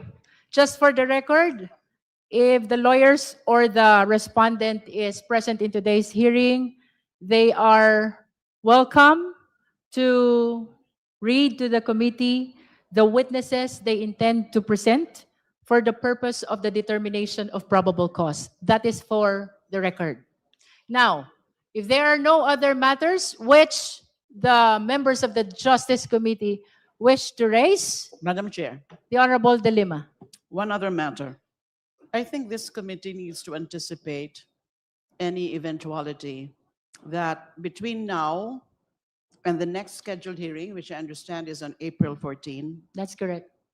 if certain incidents, motions, or requests are also filed between now and the next hearing, wouldn't it be proper for us, and I think it would be well within the prerogative of this committee, especially so that under House Resolution number 892, that authorized the committee to continue the conduct of impeachment proceedings, one matter or one action, power, or function that this committee can do or can exercise is conduct hearings and other proceedings related to impeachment complaints within its jurisdictions. So what if, Madam Chair, there would be further motions, requests, or incidents submitted or filed by any member of this committee? Wouldn't it be proper for us that this committee be allowed to hold meetings outside the scheduled hearing dates to discuss and act on subsequent motions, manifestations, requests, and such other incidents and matters that will be submitted for the committee's consideration? As with the hearings that we're conducting now, this should also be, of course, with notice to the parties and their counsels, and should be open to the public. I so move, Madam Chair, so that we don't have to wait, especially if these are urgent requests, we don't have to wait for the next hearing before this committee can act on those incidents, if any, only if there would be such subsequent incidents. Thank you. There is a motion from the Honorable Laila De Lima to allow the committee to conduct meetings outside of this hearing. That is for the purpose of addressing urgent motions, manifestations, or any other matters relevant to the current impeachment proceeding. Do I hear a second? Second, Madam Chair. The same has been seconded? My objection, because, we have 14, 21, and 29. Very clear that whatever is filed could be tackled on April 14. So it's not necessary that we will have additional hearings. We set this, it's in my calendar now. I still have the diary, which is not used by younger lawyers. But I think we have set already 14 to 29. So let us just, that is, also a premature speculation that there may be motions. And all motions will be tackled when it is filed on April 14. Thank you, Madam Chair. With that, then we shall proceed to vote. There is a motion. Madam Chair. The just a Honorable Tino. Clarificatory question. This is your clarificatory So question. distinction between meeting and hearing. So the meetings will, if I understand correctly, will still be open to the public, and they will still require quorum so that any motions and so on will be considered valid actions of the committee. Is that correct? Let's hear from Madam the Chair? proponent. Yes, Madam Chair, because that is only on the premise that there would be subsequent motions or incidents between now and the next scheduled hearing in anticipatory, or in case, or only in the eventuality that such incidents are submitted or filed. And it's a given that there would be a quorum, a quorum would be required, and that it would be open to the public. It's a given. But this is meeting, we can consider it a special meeting outside of the scheduled evidentiary hearings, which would start in April 14. That is my motion, Madam Chair, my point. Thank Madam you. Chair. Does that satisfy the Honorable Tino? Madam Chair. The Honorable Adjong. Thank you, Madam Chair. Madam Chair, does the committee already have that mandate or authority to exercise calling for an emergency meeting should there be a need to do that without necessarily the committee adopting a resolution? That's number one. Number two, Madam Chair, is I do agree with Manong Rufus that there are already indicated dates for the committee to conduct the next committee hearings. And if we are to, again, anticipate, for example, that there will be an additional hearings for the committee to conduct, that would also indicate the need for this committee for a 3-day notice ruling, Madam Chair. So we don't actually know exactly when would be the additional between the interval, in the interval in between dates that have already been identified by the committee. So again, Madam Chair, if there's already that authority by the committee chairperson to exercise calling for an emergency meeting, then with all due respect to Congresswoman De Lima, there is no need for the committee to adopt such resolution. I think this is only for the purpose of addressing urgent motions, pleadings, or manifestations that the motion of the Honorable De Lima is being raised. But nevertheless, that meeting to address the urgency will still be subject to the requirement of notice, hearing, as well as quorum, and the 3-day notice rule. No? So I think it will not harm our proceeding and even the pre-scheduled hearings on the 14th, the 22nd, and the 29th. No? So can we proceed to resolve the motion? Again, my position, Madam Chair, with all due respect to Congresswoman De Lima, even if we don't adopt that resolution, the committee can already exercise that. It's already, and yeah, it's an inherent power of the committee to call for a special meeting. Madam Chair, my point is, let's just be very clear about it. Because yes, under the House Resolution number 892, I mentioned earlier, may I just quote again? Resolved further, that during the recess of the House of Representatives from 21 March 2026 to 3 May 2026, the House Committee on Justice is hereby authorized to continue the conduct of impeachment proceedings and exercise powers necessary and incidental thereto in the same manner and with the same force and effect as if the House of Representatives were in session, including the following. 1, conducting hearings and other proceedings related to impeachment complaints within its jurisdiction. 2, setting, scheduling, and adjusting the calendar of hearings and other related proceedings. And there are 2 other matters like receiving, acting upon, and resolving pleadings, acting upon petitions, requests, motions.